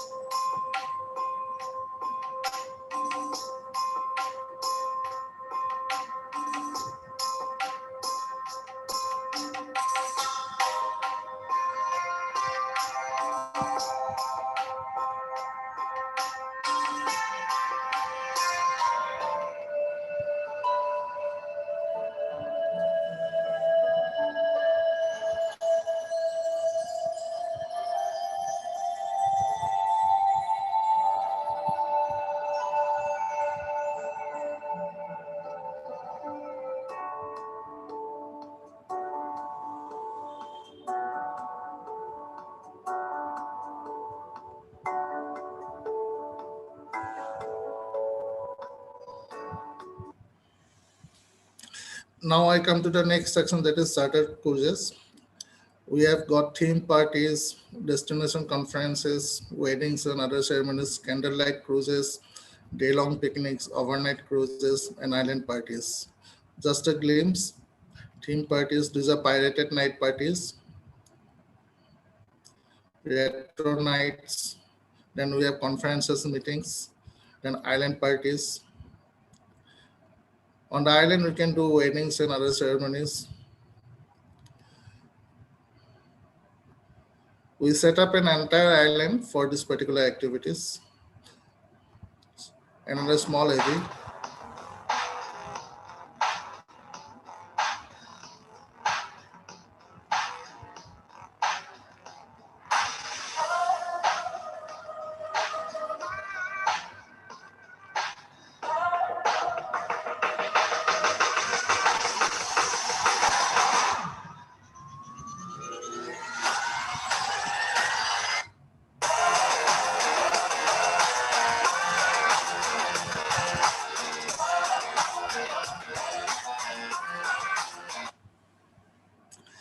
Then we have got candlelight cruises. These are especially for couples who wants to give a special gift to their other half. These are organized on special cruises, and there is a part on the island also. Then we have got day-long picnics. Then overnight cruises. These are short cruises on houseboats. These overnight cruises can be extended to 3-4 nights, covering places near around Guwahati. We can have start from Vijayanagar, that's nearest airport. Next day we can have Sualkusi. Then next day we can have Guwahati, and next day we can have Proprietor and Mayon. And after this covering these places, we can have a land extension to any of the places in Northeast. Other activities and form ecotourism and trekking, angling, river fish festivals. We have many in Guwahati. This was Namami Fish Festival. Thank you. I think I have covered it within 5 minutes. Over to Mr. Bla. You got to just close your presentation, Mr. Bora. Thank you very much. Wonderful. I'm reminded of my visit over there, along with the Secretary, Ministry of Commerce and Industry, and a lovely dinner and a lovely get together, and everybody enjoyed thoroughly. Thank you. Thank you. Thank you. So I would like to thank our General Secretary, Bora, for the beautiful presentation. At least he has shown a lot about his cruise also. So people can enjoy the cruise in Brahmaputra. They can feel like, having a party coming out to Northeast. And now another speaker from our competition is no other than Mr. Wilson Belho. He is from Nagaland. Most of you must be aware about Nagaland. So he'll be showing about Nagaland, the land of festivals. He is also the former president of the Nagaland Tourism Association, and he's also a very active member of our Northeast Tourism Conference. Over to Mr. Wilson Belho. Thank you, Mr. Bla. Thank you for the opportunity.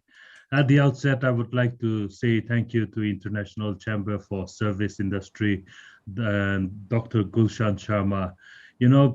Listening to your opening, I am overwhelmed, and I would rather listen to you than to be presenting. But given this opportunity, I'm so happy and excited to be presenting. And most of the people here in the panel, they are senior veterans and well advanced and ahead in their choice of profession in the tourism industry. For me, I am just a motorcycle adventurer, and I got the opportunity to be in the company of this well-established, learned people. And this evening, Dr. Gulshan Sharma, listening to your opening is really invigorating, and I understand now how it is important to have that good brain and knowledge and the connections. And Mr. Sange Tsering put it, the need for MOU between NEITC and International Chamber for Service Industry. I think it is very important. And this evening, I really want to, pump up the spirit of Mr. Tsering Wange as well. And that is when we first started to talk and learn about tourism industry in Nagaland, it was the Himalayan holidays. That was the first tourism agency that I learned of. And it is always an honor to be in the company of all the seniors here. And of course, Mr. Blah, our favorite, our dear president. And of course, the well-learned and, dynamic Mr. Radhakrishna Sharma as well. Thank you so much to be in the company of all these great people. Debojit, I will not forget you either as well. And I am looking forward to meet Miss Yang Chem, beautiful Miss Yang Chem as well, and Thanga. I must tell you, although I live in Nagaland, Mizoram, Arunachal, Sikkim, Manipur, Meghalaya. These are my favorite places for adventure motorcycle. And there are so many people who are adventurous motorcyclists, even in the Mizoram. And, I have a lot of friends out there. Beautiful Meghalaya is one place where I just like to take my wife, my partner, go for all those beautiful long curvy drive. Those are beautiful places to go as well. But without further ado, I must get into my topic this evening. I have one very, very short, very short. But by the way, Tsering Wange, I have your bottle in my car already now. Thank you. That is a very good idea. Thank you. I have a very short video, and that would be about 2-3 minutes. Then after that, because of the bad memories that I have, I will take the help of my slideshow of some pictures and flow with that picture this evening. And so once again, thank you so much, and kindly allow me to share a video. Yes.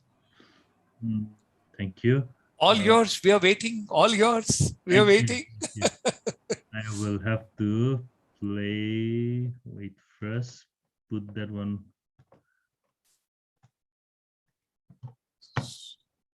And then I will share. Ladies and gentlemen, enjoy beautiful Mr. Vincent, Bello, Nagaland, Tong Tong. Yes, all of us world over. And Vikas from Toronto downtown, you have to bring a group to northeast part of India. Yes, let's go ahead. Okay, I'm a little slow, but no worries. Take your time. Going to be great. Take your time. And Mr. Vimal, all the way from London, from Southall, from Birmingham, you got to get your people. Here we go. Yes. Okay. Now I'm going to play it. Yes. And the audio.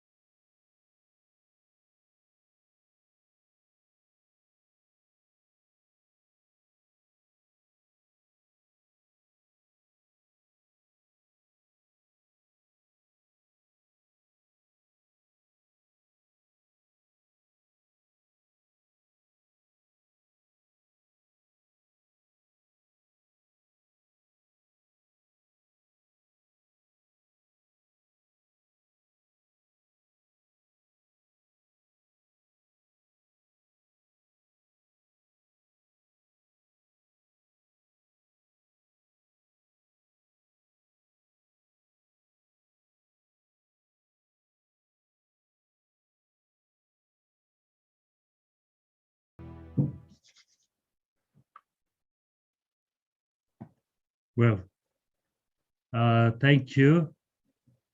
That was one video. I'm going to stop sharing this one. And to help me with the memory, I will take the help of a slideshow again. And this picture comes in random, but I'm going to take the help of this slideshow.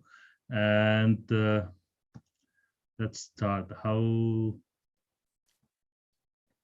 So, ladies and gentlemen, we all enjoyed wonderful video.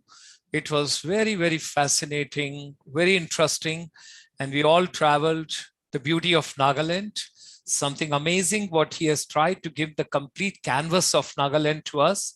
And now a short, kind of a PPT he would like to share with all of us. I'm just filling the gap for you, Mr. Vincent. I'm just filling the gap because in tourism, we got to be supportive of each other. And that's what Mr. Blah was telling initially. All of us, we got to come together. We got to move together and we got to club together. That's the confluence. Radhakrishnan ji is also telling, yes, we got to be together. Okay. So that is the way. Thank you, Dr. Gulshan. Thank you so much. That's beautiful. I'm going to share the screen once again. And if it is coming, then please give me a thumbs up. Sure, I will.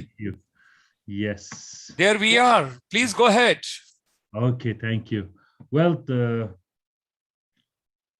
this is, am I sharing the video? Is my screen shared? Yes, please go ahead. Okay. I'm a little slow with no worries. Everybody cannot be perfect in everything. I don't know where to go for the slide. Oh yeah, I got it. Well, that's a Naga village hut on the other side in Myanmar. Naga people live in this manner on the other side in Myanmar. Those lucky people, you may get some time to travel to this side as well. The other, this is how Nagaland is. But those of you who are traveling to Nagaland, let me give you this caution. In Nagaland, we don't have 5-star treatment. We don't have many things. And the government is doing all it can, its best to be able to bring in tourism to Nagaland because it knows the value and importance. But meantime, when the roads are not good, we take the pleasure of riding our motorcycle off-road 4x4 and enjoy. Why complain? Enjoy.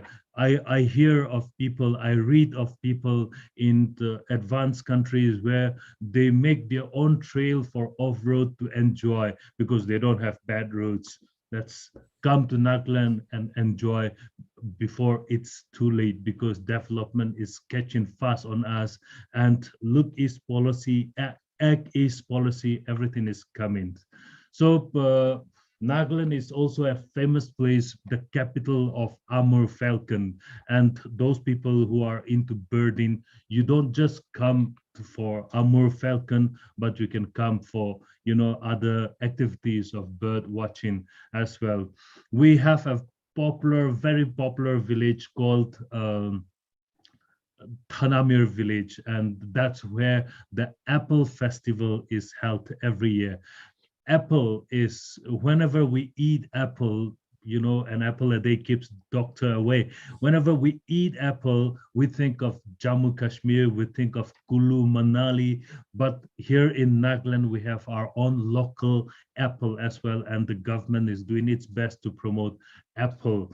These are some of the photos that I have taken. Nagaland is also rich because of the tribal people. I look more handsome here today, but my forefathers in the picture, in the slide, this is a very recent photograph taken in the newest district of Nagaland, in Noklak district. Our people in the villages are still living the life real. And if you are thinking about rural tourism, then this is the real experience of rural tourism.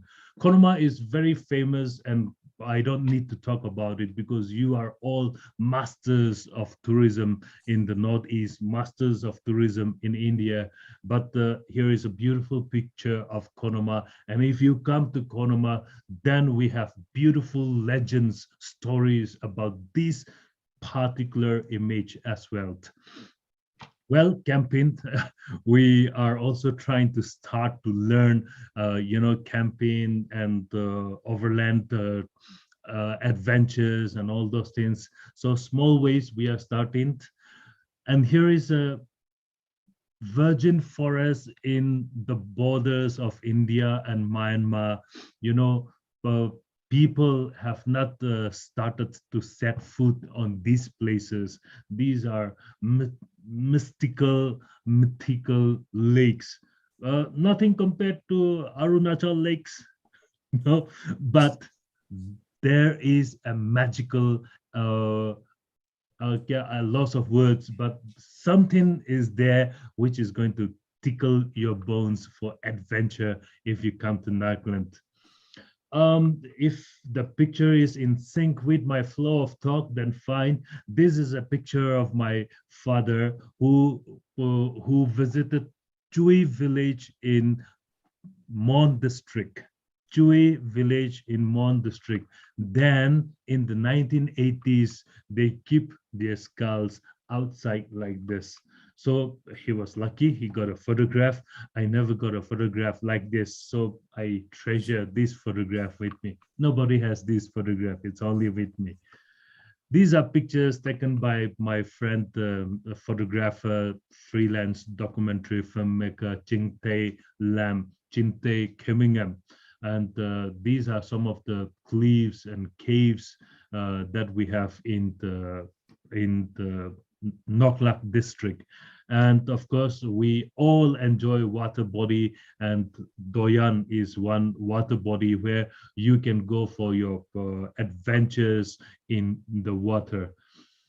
How man can, in the name of development, how man can have the audacity to cut through a rocky mountain, I don't know, but we can do that here in Nagaland. But if tourism industry is to come to Nagaland, and if we are to get enlightened, learned, then these disasters would not have happened. And this is one photograph taken on the way to Tsuku Valley. This is another, well, we all like to enjoy here. Some of you may know my friend Veluzo. We all like to enjoy Adzuku Valley. These are some of the beautiful Tsuku Valley. This is a picture of Kifiri district where you should be able to see the Mount Saramati peak. I don't know how to be able to point that, but Mount Saramati peak. This is a picture of a typical district headquarters in Nagaland. And so you can imagine the development, the advancement, and so don't expect 5-star treatment. There is no hotel here as well, no hotel, mark that. And so we need to improve on homestays. We need to learn how to host people. We say we are all friendly. We tribals in the Northeast are friendly, hospitable people. But if we don't learn how to host people, then kaha jayega hum? Beautiful night sky, then the water bodies. This is a picture of my wife helping me to do a shoot for one of my Doordarshan travel documentary. And this is a picture of Kohima. This picture is a picture of a Naga insurgent camp. In Nagaland, we have designated camps. I don't know much because I don't dwell much into these things.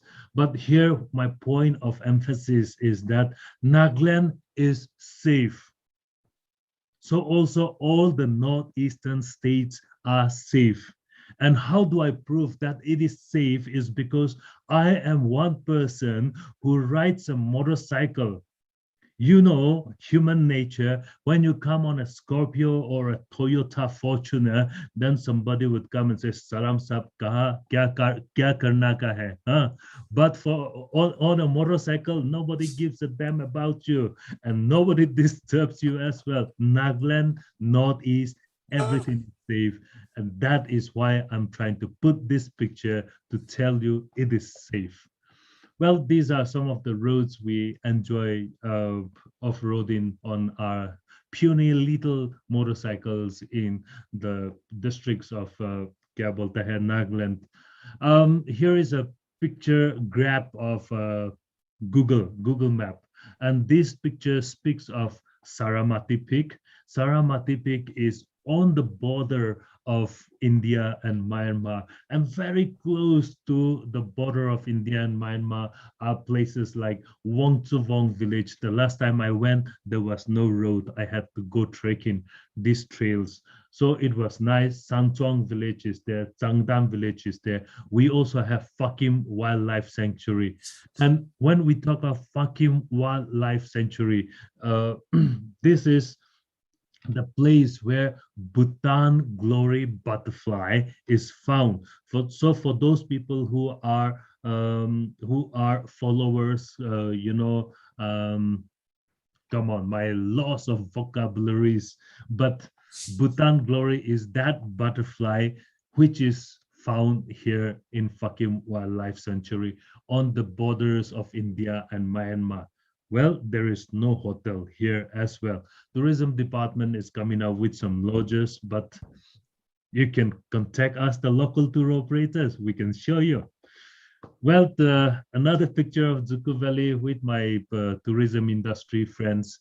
And we also have Nagas in the border villages who makes very fine crafts. And these are some of the pictures, some of the motorcycle, the smile that we can enjoy, going to the villages, interacting, chatting with little children. These are true essence of rural tourism. And why enjoy alone? Bring on people, let us enjoy this together. And when we enjoy rural tourism, when we enjoy travel in the remote corners of the world, then we also come across such experiences where your bridge will break down, get washed away by the river, then you will have to take the long turn. This is one such, but beautiful, so I thought I should share. This is another picture of me testing the local jaggery that is made by the Lotha Nagas in Wokha district. Anytime you're passing through Wokha district, you must try this jaggery, local jaggery from them. Well, some beautiful pictures. For us, we are not from the mountains, the Himalayan mountains, but whenever we see sheep, then we go, wow, wow, ships. So this is one picture. Caves. Meghalaya is the the father of caves. I don't know, but we have few caves which is not discovered, or rather say technically not क्या बोलते हैं, promoted. Pardon? Promoted. Yes, not promoted. Thank you. So these are some of the caves that you can go in, limestone caves, and we can enjoy. And whenever you go to Nagaland, you get beautiful angles for beautiful photographs. Now we have our old people still working domestic chores. It is not woman who does the domestic chores. It is also men. We do the domestic chores. Gender equity always there. Some of the beautiful landscapes, some children. Then these are some Jum fields that we come across in the Konyak Naga area. Then we have the Bofos frontalis, Mithun, simply called. Then these, of all the remote places you go, this is the beautiful, most peaceful, and the most aram ka mamla hai. This is the guest house you will get. on the foothills of Mount Saramati. This is the base camp to go trekking to Saramati. This is the place where you get hot water, clean linen, clean place. This is the guest house. Otherwise, no hotel in many places still. Some legends that we have, in our Naga villages. I won't be very specific with the villages now. These are Chida Lake. Then you will find people working. I want to emphasize on this one before I conclude. I think my slides are coming to a close now. This is a school in a village, in a Naga village. This is a woman who is a missionary appointed teacher, helping the government school to enable children to learn. And tourism industry is one sector which can bring change to this as well. We can paint their desks, we can paint their wall, we can help them learn, sing a song, or say the alphabets in a phonetic manner. I don't know, but this is a school in the remote border villages of Nagaland. Yeah, children carry, at this age, they carry. I think this is common in all the northeastern tribal states. We let our children carry. This is the scale of a cave in Nagaland. This is my riding partner, whom I have taken his photograph. These are some pictures. These are some waterfall, tiny little waterfall. This is one of the last village in the Nagaland on Kifri district before the next is Burma, or rather Myanmar. This is Shiloh Lake. This is a village in the Konyak Naga area. Another field, Jum cultivation. We ride our motorcycle very fast, even in this terrain. We enjoy them off-roading. These are rivers. What a beautiful shot. You must send it to Ministry of Tourism, that shot. I'm telling you, because that shot, Government of India, we should send these kind of shots. Oh my God, it's amazing shot. You must send it. It will be selected. It can be posted. It can be put on some poster. Wonderful. Please go ahead. Thank you. Yeah. So these are some of the pictures, always on motorcycle. We in Nagaland, because we don't have hotels, we must start camping site. Not only during the Hornbill festival, we must have permanent fixed camping site. We must start camper van, camper truck facilities for travelers in Nagaland. Because apart from Dimapur, Kohima, Mokokchung, where do you get hotels? You don't get hotels. You have to depend on government circuit house. You have to depend on government bureaucrats, guest house, and all those things, which is sometimes very difficult for a tour operator to get access to these things. So we must start camping, truck, camper van, and all those things. And for a motorcyclist, you enjoy all the freedom, nature, all the elements, and you enjoy sleeping like this as well when you get too tired. These are adventures we do. And of course, the flat tire on motorcycle is really a testing time of your patience and endurance, but we go through all those things. These are beautiful landscapes near the borders of Myanmar. And they still have this truck, Nissan truck, or that truck. And these are the roads that we go through off-roading. But we still get rewarded with these beautiful landscapes. And of course, Jum cultivation continues to be, a problem. But with the information, with the learning from tourism, we can overcome all these things. Well, me and my partner taking a romantic photograph together at Chida Lake. So that's one picture. Me feeling very great and successful about, being able to go to a cave. And well, that's not supposed to be here. This is a Hyundai. This is, another Shiloh Lake. This is not supposed to be there. Yeah, these are some of the things that we go through. So Nagaland, basically, we are tribals. We come in different colors. We come in the, different. We come with different tattoos. We come with different festivals. Every month we have a festival. We come with different hospitality, different culinary, different eating habits, and these are all very important things. I will just stop my screen sharing. I have, well, river. These are some, but I will stop. I don't want to take too much time. I just want to re-emphasize on the thing that in Nagaland, tourism industry is very small. I remember the year 2000, when you were all way ahead in tourism industry. The year 2000, we were first trained by the government of Nagaland tourism department to become awakened, to become sensitive to the possibilities of tourism. And when we first started thinking about tourism, Himalayan holidays was already there, full-fledged, full swing running.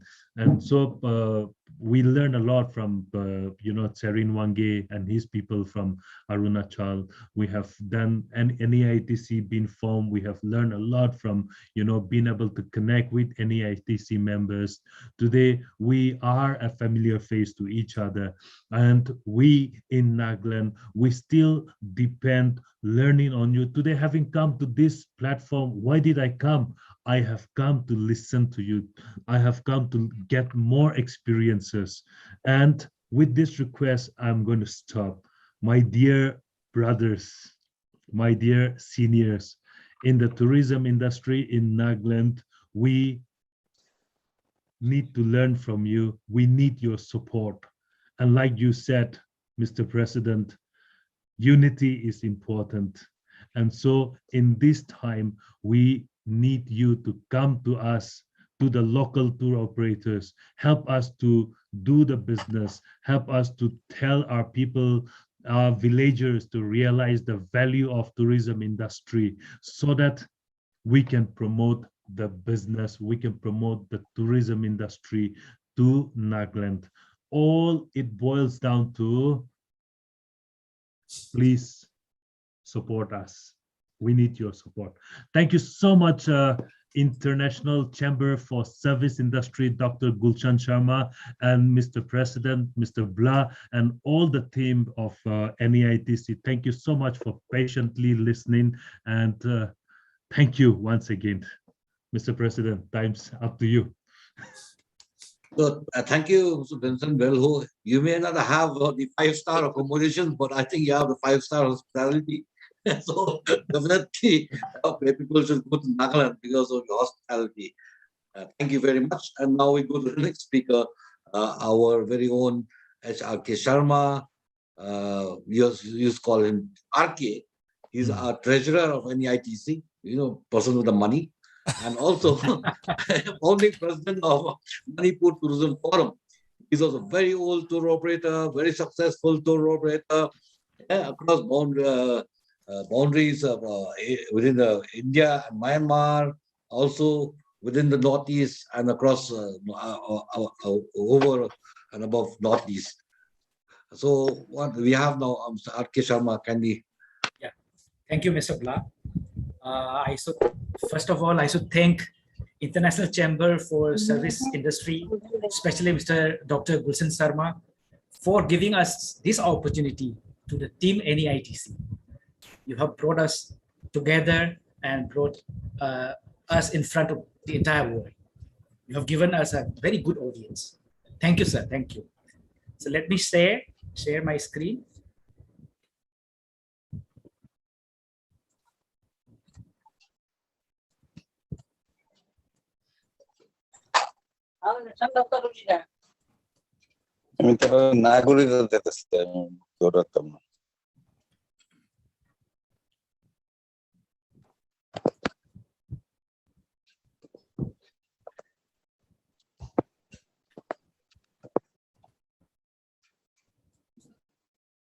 Okay, as I have been instructed to confine my presentations to 5 to 7 minutes, I will be very brief And as I'm representing Manipur, let me confine my presentations to Manipur, and that too on major tourist destinations of the state. I'm not covering any offbeat destinations here, okay, only the popular ones. So Manipur is one of the states among 7 sisters plus 1 brother. We popularly call this unit as 7 sisters plus 1 brother. And Manipur is one of the bordering state with the state of, with the country of Myanmar. This is the video shot which you normally see while flying to Imphal from any of the major destinations in India. Like Imphal is well connected with Delhi, with Calcutta, with Guwahati or any other metro cities. You can come in via these places. So this is the lovely view of Loktak Lake, these round things. So you need to come and you have to explore this. And with this view, you will be welcome to the state of Manipur. These are the sorts normally people take it from flight. Okay, I think many of us must have taken these also. And also, Radhakrishnanji, please tell people take a seat on the right-hand side to enjoy the lake in the flight. Yes, sir, yes. You have rightly pointed out, sir. You have rightly pointed out, yes. To take on the right-hand side of the aircraft. Yeah, right. So, first and foremost, whoever comes to Manipur, I suggest, and they should visit this important Vaishnavite center, Govindji Temple. Okay, you shouldn't miss this. Normally, when any of the Indians or any visitors comes, not only Indians, they make a point to visit this temple and to attend the evening artis or the prayers. This is totally different. So you need to feel, you will see the culture and traditions of Manipur live there. Actually, you have to visit this, and this is a beautiful Vaishnavite center. And one of the most important, you must have heard about this Ima market. It's an all-women market. Perhaps the largest all-women market in the entire Asia. I don't know. I'm not telling about the entire world, as I've not traveled to all the places. So, but as far as I learned, Ima market is perhaps the largest all-women market in Asia, where you can find everything from household items to handloom and handicraft item. These are divided into three sets. You need to come and you need to explore. These are one of the places where photographers love to spend the whole day, especially the international travelers. They spend the whole day here clicking photographs. Beautiful photographs comes out of it. And next is the Kangla Fort. The Kangla Fort, situated in the heart of the city, was the seat of Manipur's power till 1891. It still sings the song of Manipur's glorious past, even in its ruins. Then the famed polo ground, perhaps the only living polo ground in the world. If you are visiting Imphal during the Sangay festival in November, you may get a chance to witness the international polo tournament here. And Manipur is the birthplace of modern polo. So all the international teams long to play here in Imphal, the living polo ground in the world. One and only, perhaps the living polo ground in the world. Next, we have 2 cemeteries, World War II, World War II cemeteries. One exclusively dedicated to Indian soldiers who died during the World War II, and one dedicated to the British soldiers who died during World War II, which is famed as the Battle of Imphal and Kohima. And this battle were given the tag as the greatest battle of all time for the Britishers. Next, I would take you to Andhro village, which is around 27 kilometers from the main town of Imphal. This is an interesting, typical Meitei village. The interesting thing is, here is a fireplace which is never allowed to get extinguished since time immemorial. And every household takes their turn to keep this fire burning. They have made it a turn-wise basis for everyone living in the village to take care of the fire. The fireplace is still important, and there are lots of traditional things still kept intact. This is a living museum kind of thing.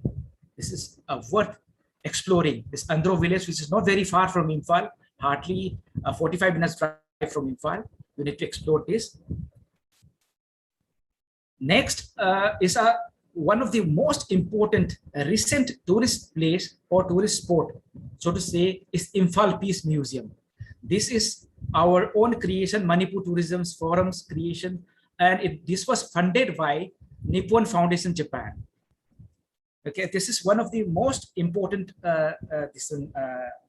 what you call war-related museum. And here the important thing is this handwritten message from former Japanese Prime Minister, Mr. Shinzo Abe, and it was specially sent with his delegation from Japan to Delhi, and from Delhi with people from embassy, hand delivered to Imphal. It is written as Aiwa. Aiwa in Japanese means peace, and this is a very important point of tourists. So whenever these days tourists comes, they make it a point to visit this place. Then historically, we have another important point. There is INA Memorial, which is in Moirang, where the tricolor for the first time in Indian soil was unfurled by Netaji Subhash Chandra Bose INA in 1944. One can also go through the life of Netaji and INA in the museum attached to it. There's a museum next to this statue. And this is the famed Loktak Lake. Whoever comes to Manipur, this is the first priority spot for all the visitors. So this is the largest freshwater lake in the entire Northeast. It houses one and only floating national park in the entire world, where that dancing deer or state animal known as Sangai lives there in its natural habitat. You can enjoy boating in the lake, go to floating huts, and these days there are homestays being offered on those floating huts. It is a lovely experience, lifetime experience, once in a lifetime experience for visitors to stay on those floating huts and spend a night there. You have an option to stay overnight in beautiful Sendra Resort also. If you don't want to stay in Imphal, we have some resorts coming up in the vicinity of Loktak where you can stay overnight. Next is lovely Ukrul, which is the bordering district to Nagaland. This is famed for the black pottery. These potteries are made without a potter's wheel. This is quite unique. You should visit these places and you should experience by yourself by participating in the manufacturing of this kind of utensils. And the place is famed for a land lily known as Siroi lily. For this flowering season is only in the June, July. You can see these flowers only for 2 months. And you need to have a mild trekking of around 3 hours to the peak of this Siroi. So this is a beautiful, and since last 3 years, we have a festival made specially for this that is called Siroi Festival, held in Ukru. And many top performers spend, even the international bands come to perform during this Siroi Festival. And recent and most important for the state of Manipur and the entire Northeast is opening of this particular border to Myanmar. This was opened in the year 2018, 8th of August.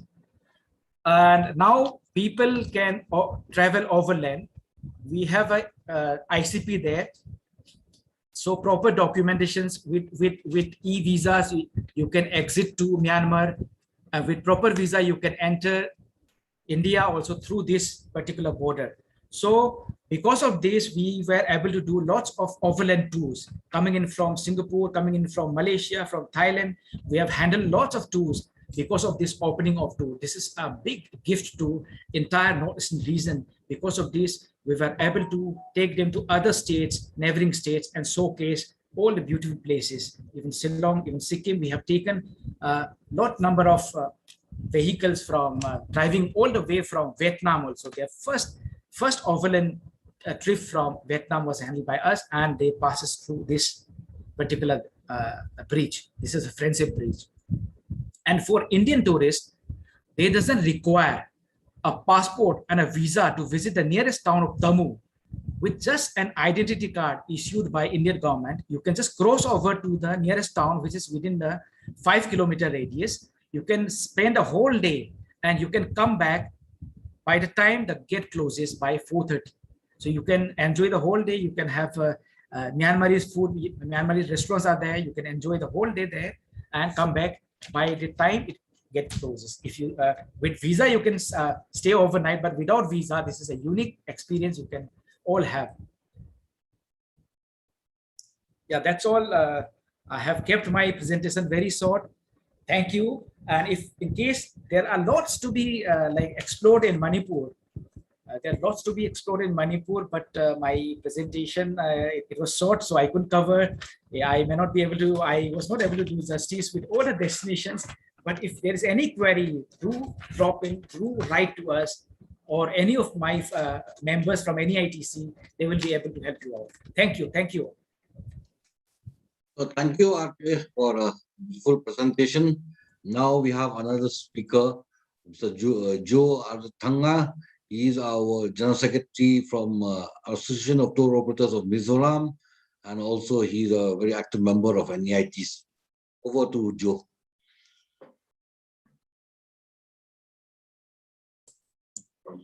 Thank you so much, Mr. Blah. Jibai, I, on behalf of my president, Mr. Zoliana Chakswal, bring you warm greetings from Mizoram. And I thank Dr. Gulshan Sarma, International Chamber for Service Industries, for bringing us together in this wonderful platform. It is really a wonderful thing that NEITC has come together in this wonderful platform, and we got to get to know each other in this, get to go together through this platform. So I have a small presentation. Before that, actually prior to the onset of this COVID-19 crisis, tourism in Mizoram and Northeast experienced rapid growth, primarily because of the regional cooperation, and especially because of this NEITC bonding, which is starting to show as we were starting to respect our operations. And there was a deep understanding between the tour operators in the Northeast. And all the Northeast states recognized the potential of tourism to significantly contribute to economic growth, placed it high on their list of development priorities. So this is especially true for states like ours with limited jobs in manufacturing, yet many tourism assets. So a lot of my friends have already spoken about it before. And so I won't take much time. I'll just share the screen of a short video.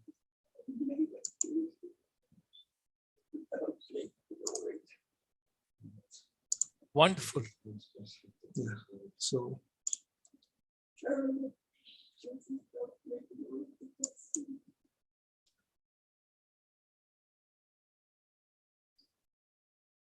Ladies and gentlemen, let's travel to Mizoram together. We land at Lingpui Airport. We are waiting for the video. The flight is still going. Yeah, there we are.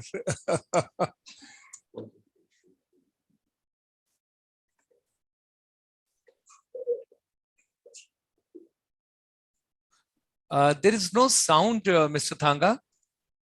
Yeah, the sound is coming in my headphones. Okay. I'll request you one thing quickly. What you can do, people will enjoy it better. I'll tell you one technical part. Okay. When you do share screen, when you do share screen, on the left-hand side, there are two buttons. Just press them. Just put a tick on them. And the moment you put the tick over there, sound will come. When you go on share screen. Okay, okay. the green button. When you go on share screen, then there are two buttons on the left-hand side. One is for the sound and one is for the video. If you click both of them, and then you go on your video, people will enjoy. The whole sound will come. Is it coming? Yes, it's coming. Okay. Thank you. Thank you. Yeah.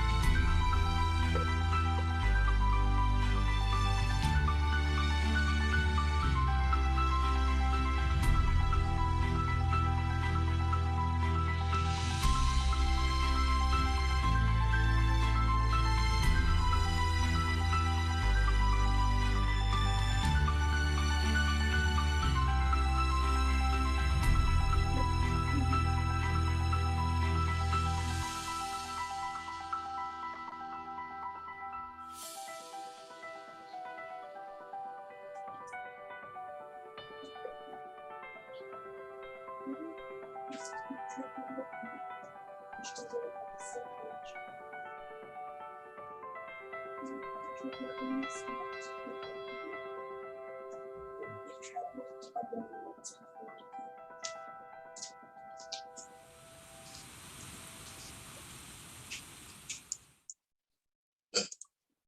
you so much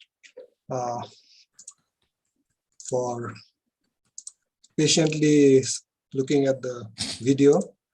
And I want to finally, share what Wange sir has told in the beginning, mentioned that NEITC and ICSI should come up with a MOU for the promotion of tourism in the Northeast. We need a real promotion. So thank you once again, Gulshan. Thank you. Thank you, Mr. Thanga. Something very interesting. Mr. P.L. Thanga, and there's a lady called Jennifer Thanga. They are watching this program and they just sent a WhatsApp to me. Thank you. Oh, thank you. Thank you. Yeah. Over to you, Mr. Blah. Mr. President. Yeah. So thank you, Joe, for that beautiful video presentation. And now we would invite our first special lady, Jansen Lepcha. We have 8 states in Northeast, and the rest of the states we call 7 sister states, but we have only one brother from Sikkim. But in this panelist, we have only one sister. We have the rest are all brothers. So anyway, you're also the General Secretary of Travel Agents Association of Sikkim. This is a very big body. I'm telling you, we always envy this task. It's very big body and very professional, whatever. So we will love to hear from you, and you can tell the world what Sikkim is doing. Thank you very much. Thank you, Mr. Blah. A very good evening to everyone. Thank you, sir, for inviting us in this Zoom meeting. So as you all know that Sikkim is a very tiny, small state in the northeastern part of India. And mostly our people, they are mostly into tourism business. As if 70 to 80% people are in tourism business. Due to COVID, it has hampered a lot of business. All our hotels, everything is closed. Most of the tourist attraction places are closed because few places are in red zone area. So because of that, some of the villages have come up with their own rules. They are not going to let tourists enter that tourism destination. We have Mount Kanchenjunga, the 3rd highest peak in the world, and I'm from a Lepcha tribe, so we worship Kanchenjunga. And I would like to say a few things about my association. Our association is called Travel Agent Association of Sikkim, TAS, and my tenure president is Mr. Sonam Noge Lachungpa, as he's not here in Gangtok right now. He's in northern part of Sikkim, that is in Lachung. So in Sikkim, we have very famous tourist destination. The most famous tourist spot we have is Gurudongma Lake, which is around 17,400 feet. We have Yumthang Valley.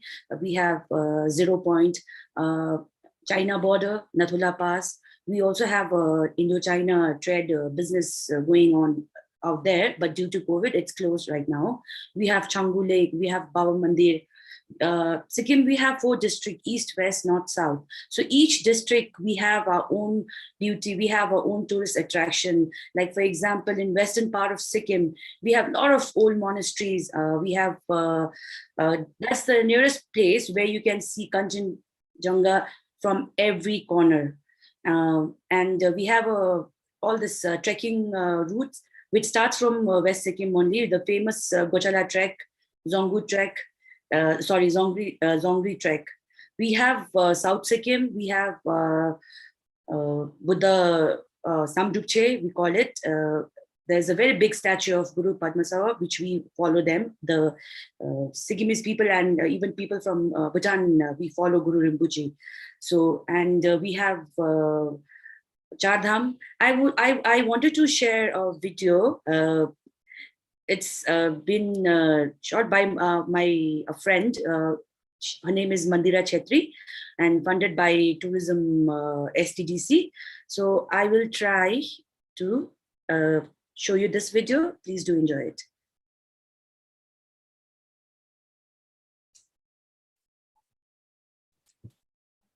So welcome to Sikkim. That's lovely, something nice. We are going to see the Sikkim. We are going to enjoy the Sikkim and a lot of fond memories. And we owe a lot to Sikkim because our senior advisor for our chamber, he comes from Sikkim, Mr. P.K. Dong, my old friend from the Ministry of Tourism. And he's our senior advisor as far as our chamber is concerned.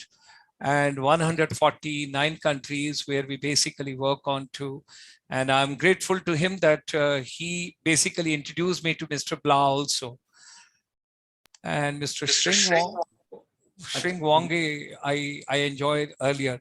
And Mr. O.T. Lepcha, the former MP from Sikkim. Together we have done lots of programs earlier. Quite a bit on to. And your 4 dhams, which you have mentioned, something interesting. There used to be a Indian Forest Service officer from Sikkim, Mr. Ganeriwala. He worked on that project quite a bit. I still recall. He came to Ministry of Ayush as a joint secretary later. Now he's retired. I think Mr. Dong is watching. I'm taking so much time, please. Mr. Dong is watching. Yes, yes. I wanted to give the breathing time to the lady so that she can open her. Yeah, I'm so sorry. No. Please go ahead. Mr. P.K. Dong is a great soldier in civil clothes. Yes. Please go ahead, ma'am. Okay. Take your time. So, Mr. P.K. Dong, I owe you a lot. You are a wonderful person. And we just had a chat day before yesterday. I wish for your good health. And I pray to Almighty, there should be more people like you to promote Northeast part of India. And I'm going to do a lifetime story with Mr. P.K. Dong. I've already decided. And we are going to do 2 hours program with all our prominent non-resident Indians from travel trade from the world over. And I'm going to do a very big live program for Mr. P.K. Dong. And we will be having 15 days publicity for that program before we launch it. And we owe a lot to this man, where he started and where he stayed. And he was the officer to whom Ministry of Tourism, Government of India told, don't come back. Yes, Sikkim is coming. Please go ahead. Yeah. Go ahead. Finally. Yes. Welcome to Sikkim. Thank you. And also, our Chief Minister has already announced it, but we have not come up with, we have not come up with any, sorry. So it's called Visit Sikkim 2021. So most probably we had a meeting with our tourism department recently. So let's see if suppose the dates are, everything is fixed, then definitely from Sikkim we are going to invite you all. So I hope you all will come us and help us promote Sikkim tourism, and together we shall promote all our northeastern state. And as what Mr. Tsering has said regarding the MOU, and from Sikkim, I am going to inform all my stakeholder and in fact even our state government and tourism department regarding this. Thank you so much. I will take a liberty from Mr. Bluff for a second to mention, I would be failing in my duty if I do not pay my regards to a departed soul, a person from Sikkim who contributed so much to tourism. He was Director Tourism, he was MD Tourism, he was Secretary Tourism, he became Chief Secretary of the state, that's Karma Gyatso. I can never ever forget him. 1987 onward, we were together.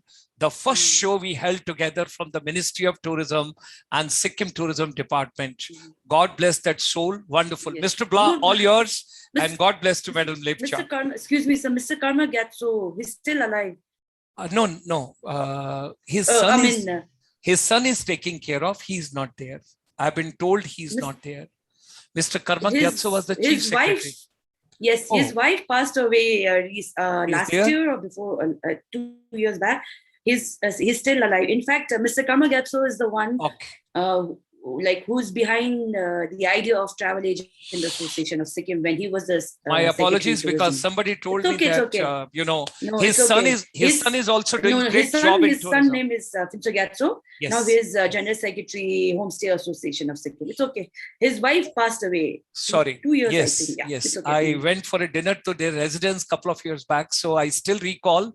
And he's a man behind who think tourism, dream tourism, walk tourism, sleep tourism, get up tourism, so much of it, entire life with any IS officer. There are a couple of people I will take on the program some other day. I'll discuss with you. There are some legends of tourism, 8-10 people. They have dedicated their entire life to tourism, 50 years of their life. We will talk about. Mr. Blah, please, all yours. Okay, thank you very much. But I would like to mention one more thing. I think I forgot to inform you that Mr. P.K. Dong is also our advisor of NEITC. Oh, Right he's from the day one. He's Right our from day senior. one. He's our senior advisor. The MOU which will be signed, he's the person. Yeah. He's the person. Yeah, he'll be the person. Yeah. So now, thank you, Yenchen, for that beautiful presentation on Sikkim. And now we have another last speaker of the evening with Ajit Kumar Paul. He's president of the Tripura Tourism Development Forum, very senior member of NEITC. He's also a national awardee. So over to Mr. Ajit Paul.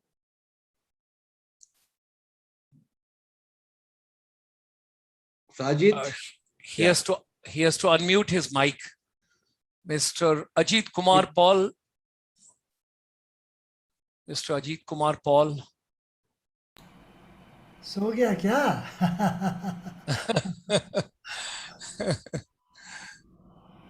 Sajid? What do you have to give him a call, I think? Okay, let him give a call. I think whosoever has got a number, please give him a call. And before we go to the land of Mr. S.D. Burman, R.D. Burman, and that beautiful palace over there, and beautiful calves and everything, Tripura is a wonderful place. It was a pleasure to visit and see. Today I'm emotionally charged, emotionally charged.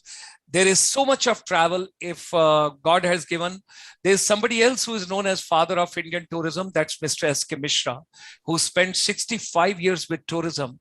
And he is still there, a great soldier in civil clothes. He's the one who built up Haryana tourism. He's the one who started Surajkund Craft Mela. He's the one who organized India's first fashion show with Paris with the Pierre Cardin.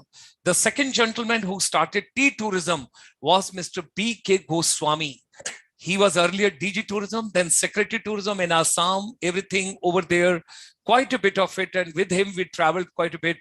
And, then, of course, other people. And I used to walk, Mr. Blah, right from Dinjan to Chabua, Chabua to Dibrugarh, Dibrugarh to Moran. Dibrugarh to Moran, Moran to Kanobari, Kanobari to Longding, Longding to Waka, Waka to Pangchua, Pangchua to Khaunsa. I used to travel, I used to walk that particular area. I would say it's such an amazing entire Northeast. From Dimapur, we used to go all the way. 3 hours people take for drive and ride to Kohima. But we used to do just the walking and the tracking right in between. And then Mokokchuk and everything. And your Shillong and your, the Garo Hills and Tura and all that area, Chirapunji, you made a mention, and that double bridge, which everybody enjoys, so much of it and all that. So I would say there's so much to enjoy and so much to share. And Mizoram, of course, Lingpui Airport came right before us, and the amazing journey, 2.5 months. We have been moving on, Mizoram University coming up over there, and present Chief Minister Zoram Thangaji taking so much of keen interest, basically more young people to come and travel and tourism. Wonderful, amazing, something. We brought NRIs to Sikkim, and there was a delegation which came all the way, and there were about 60 people, and they were very keen. And what is that hotel 9 kilometers short of Gangtok? Mayfair. Mayfair. Yeah. That's just the 5-star hotel. Yes. So I would say lovely, something very interesting. And when I go to Mr. Bora, I can't repay him back because the wonderful, scintillating and a captivating, I won't call it in Punjabi intoxicating. That's not correct. The journey which he gave it to us. and everybody, the entire Ministry of Commerce and Industry officials, all the delegates from world over, and Radisson Blue, we had gone thereafter. And that was an amazing, your cruise, that was something fantastic. Manipur, of course, once again, Loktak Lake, you have shown something very interesting. And I would like to tell one more thing. Indian government has signed a contract with Japan. When Radhakrishnan ji was talking about, the plaque and the token of love being sent across to Manipur, which they have put over there. There is a contract being signed between India and Japan. 3 lakh youth have to go. Why not we should train some children from the Northeast? Let them go for 3 to 4 years to Japan and let them pick up and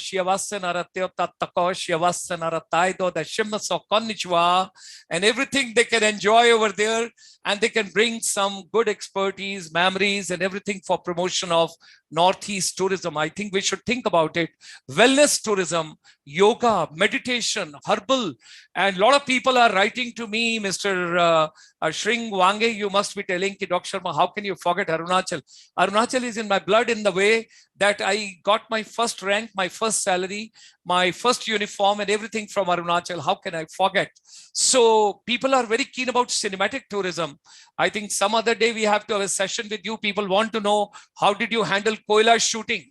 People are interested. They are sending me lots of WhatsApp when you had shown Salman Khan. So Mr. Tsering Wange, you be ready some other day. We are going to talk about Koila, the entire film shoot with you. We will work on to that, something we will plan. Is Tripura in? Your mic is mute, Mr. Bla. Yeah. Okay. Sorry. Tripura, I think Mr. Ajit Paul is off because I think he's... No worries. No worries. Let me change he's quite old also. So maybe I think he will not join in. But anyway, excuses for him some other time for Tripura, I think. But he's telling he just got a call. I think he's telling something. I got a call from Zoliana informing that he had to leave. Yeah, he informed me just now. Just now the call was come. Asked for excuse from the house. Okay, next time in the next opportunity we can give him. So now we have really come to the end of the panel session. We would like to thank Dr. Gulshan Sharma and the whole team of International Chambers of Service Industry for giving us this opportunity. And Mr. PK Dong. And PK Dong. PK Dong. I don't know whether he can talk also. But there are some of our very members of NEITC who are also with us here. But I don't know. I think the time is not permitting me for them to give a speech and all. So maybe some other time. First of all, I think whatever was been proposed by Mr. Wange and everyone second that proposal. So with your kind permission and with your agreement, I think we hope we can have that MOU with the chambers, National Chamber of Service Industry. So whether we can do that MOU, Dr. Gulshan? We will work out, Mr. Bla. We will work out. I'm totally, my soul, my spirit, my heart, my vision, everything is for Northeast part of India. I owe my life to Northeast part of India because I started my career from there. I got my first salary, my uniform from there. I owe this body to Northeast. Yes. Thank you very much for your... And in fact, I think you spend most of your life in Northeast, comparing to the rest of India. Yes. So that is what, and you know more about Northeast than some of the people in Northeast. I am very, surprised because when you were mentioning about the places, you know a lot about Northeast. And definitely to be associated with you and your team, it will be very good for us. It will be a good opportunity for us also to open up the windows of our NEITC to the rest of the world. And through your help. So again, now I think this is your. I think you will be giving the concluding remarks. Yes. But first of all, I would like to again thank all our members also who have taken part as the panelists this evening, and all those who have participated in this program. In fact, it was a beautiful evening, and I wish we have more time. But I don't know whether we can, or not. We will have to sit down and think whether your proposal also to have a state-wise, a program like this. State-wise means all the 8 states of Northeast, one state per day or 2 states per day per session. So we'll see if we can do that with the coming few days, and that will be better, I think, because we can have a presentation. Like my state, Meghalaya, I cannot do any presentation. So anyway, but then because I had to speak a lot on the NEITC, so I didn't get the opportunity for that. But okay, next time, and I hope that people who want to be connected with NEITC, we request them to kindly drop in the mail to NEITC. Our email ID is neitc.india@gmail.com. So neitc.india@gmail.com. So if you have any comments, anything you want to know about Northeast, anything that you want to connect to Northeast, you can drop a mail to neitc.india@gmail.com, and we will be very happy to reply and to assist you in whatever way you want. So with these things, I again thank ICSI and Dr. Gulshan Sharma for this evening, wonderful evening. We had a good time. And I think for some people, maybe it's already morning. So good morning. For us, good night. And thank you very much. Thank you very much. Thank you very much, Mr. Blah. Thank you very much. On behalf of Mr. P.K. Dong, our Senior Advisor for International Chamber for Service Industry, we convey our deep gratitude and thanks to your entire team. And we wholeheartedly, right over here, make an announcement that we would be more than happy to collaborate, to come closer, to do anything for Northeast, whatever you wish, any point of time in any capacity. Our chamber would be more than happy. We would like to reach individual countries, individual people, high spending tourists. I would say we can package everything depending on where there's a will, there is a way, so we will go ahead that way. And secondly, your suggestion is very important.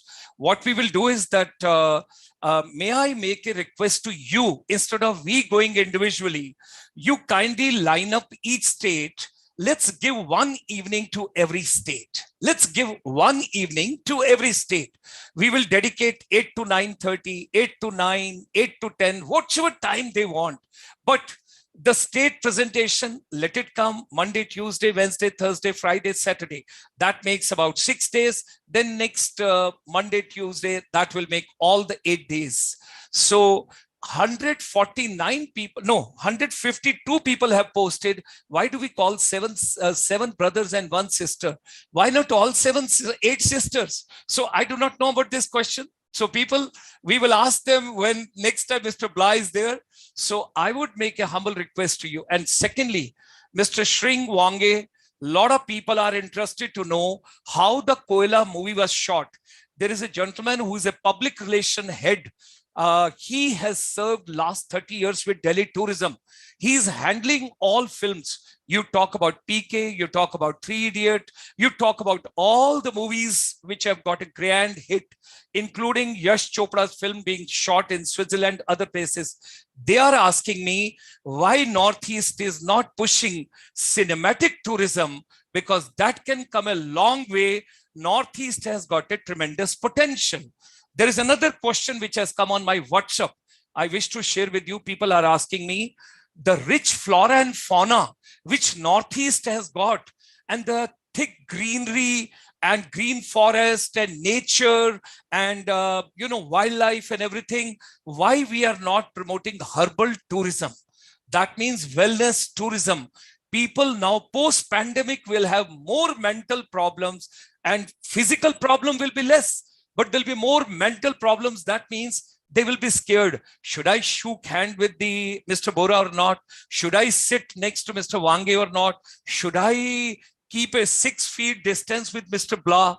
And these are the psychological fears which people are.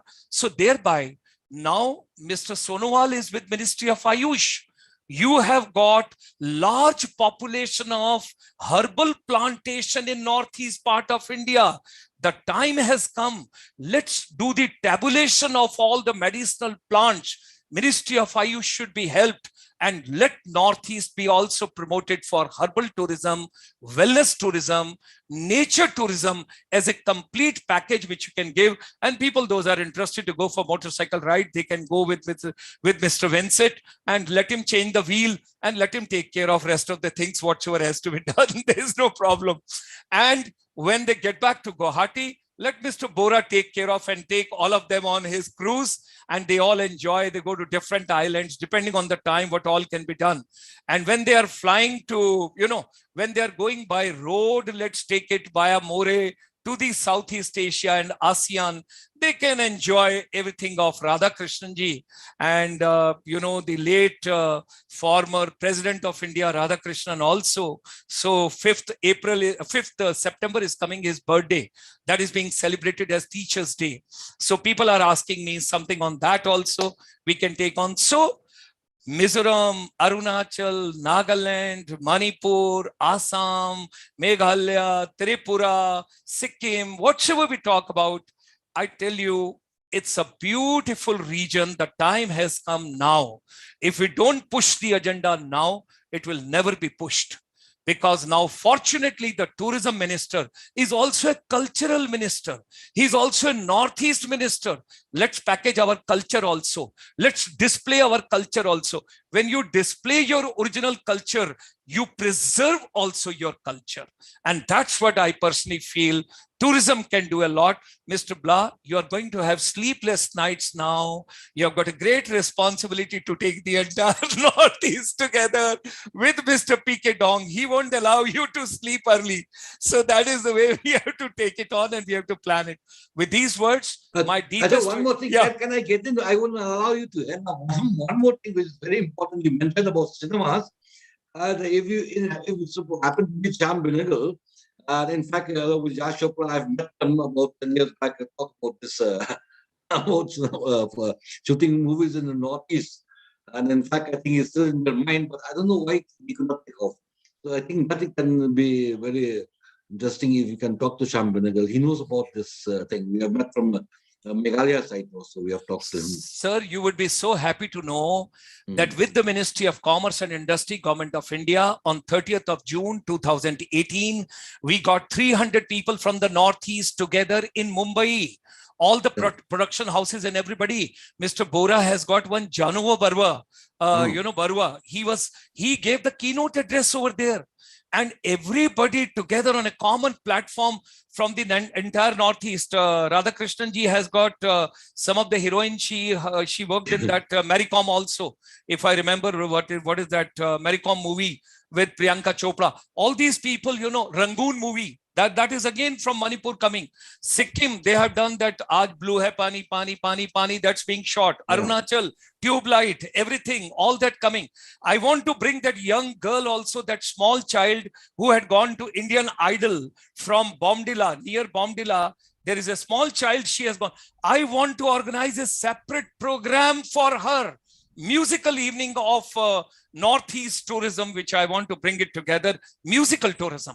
Mr. Tsering will be remembering that girl is right over there, somewhere near Bomdila or Dhiram or the place. She's there, from my place only. Yes, we should get her one of these days. So now, Blaji, it is entirely up to you and to Mr. P.K. Dong.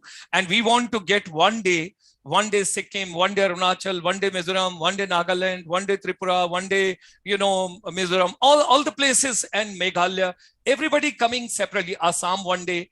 Please select the people, have them, with their audio visuals and whatever they want to showcase. One evening we should dedicate to each state. Let's do it at the earliest before it's too late. With these words, I know it's already too late. I don't want to tell the world. It is 1:27 a.m. in the morning where I am. Thank you. Thank you very much. It's not too late. I think I've seen one message. It's 1:27 a.m. No. She is sharing the birthday with Dr. S. Radhakrishnan. Yeah. Dr. Gulshan mentioned because my name was put like that only by my grandmother because I was born on 5th September. That's why. But one more thing, Dr. Gulshan, you're already 127. My birthday is on 14 August. Oh, Oh, oh, already. happy birthday Happy birthday. to you. Happy birthday to you. Happy birthday, happy birthday. Happy birthday to Mr. Blah in advance. Thank you very much. That is You're tourism. only celebrating my birthday. That is Me, I'm tourism. not yet reborn, not yet. Happy birthday, Blah. Yes, Thank you, well in thank you. advance, well in advance. Okay, thank you. Thank you very much. With these words, my deepest regards and gratitudes to all of you. Stay fit, stay fine, and do visit. The Honorable Prime Minister of India has told you should take a trip to at least 15 places by December 2022. Why not to pack your bags and travel to Northeast part of India? It's an amazing destination. Take my words. If a North Indian is talking about Northeast, you can well imagine. I've seen the length and breadth of Northeast. My association of last 40 years with Northeast. It's a wonderful, amazing, amazing, amazing. Thank you. Thank you very much. Thank and you. from a soldier from the Indian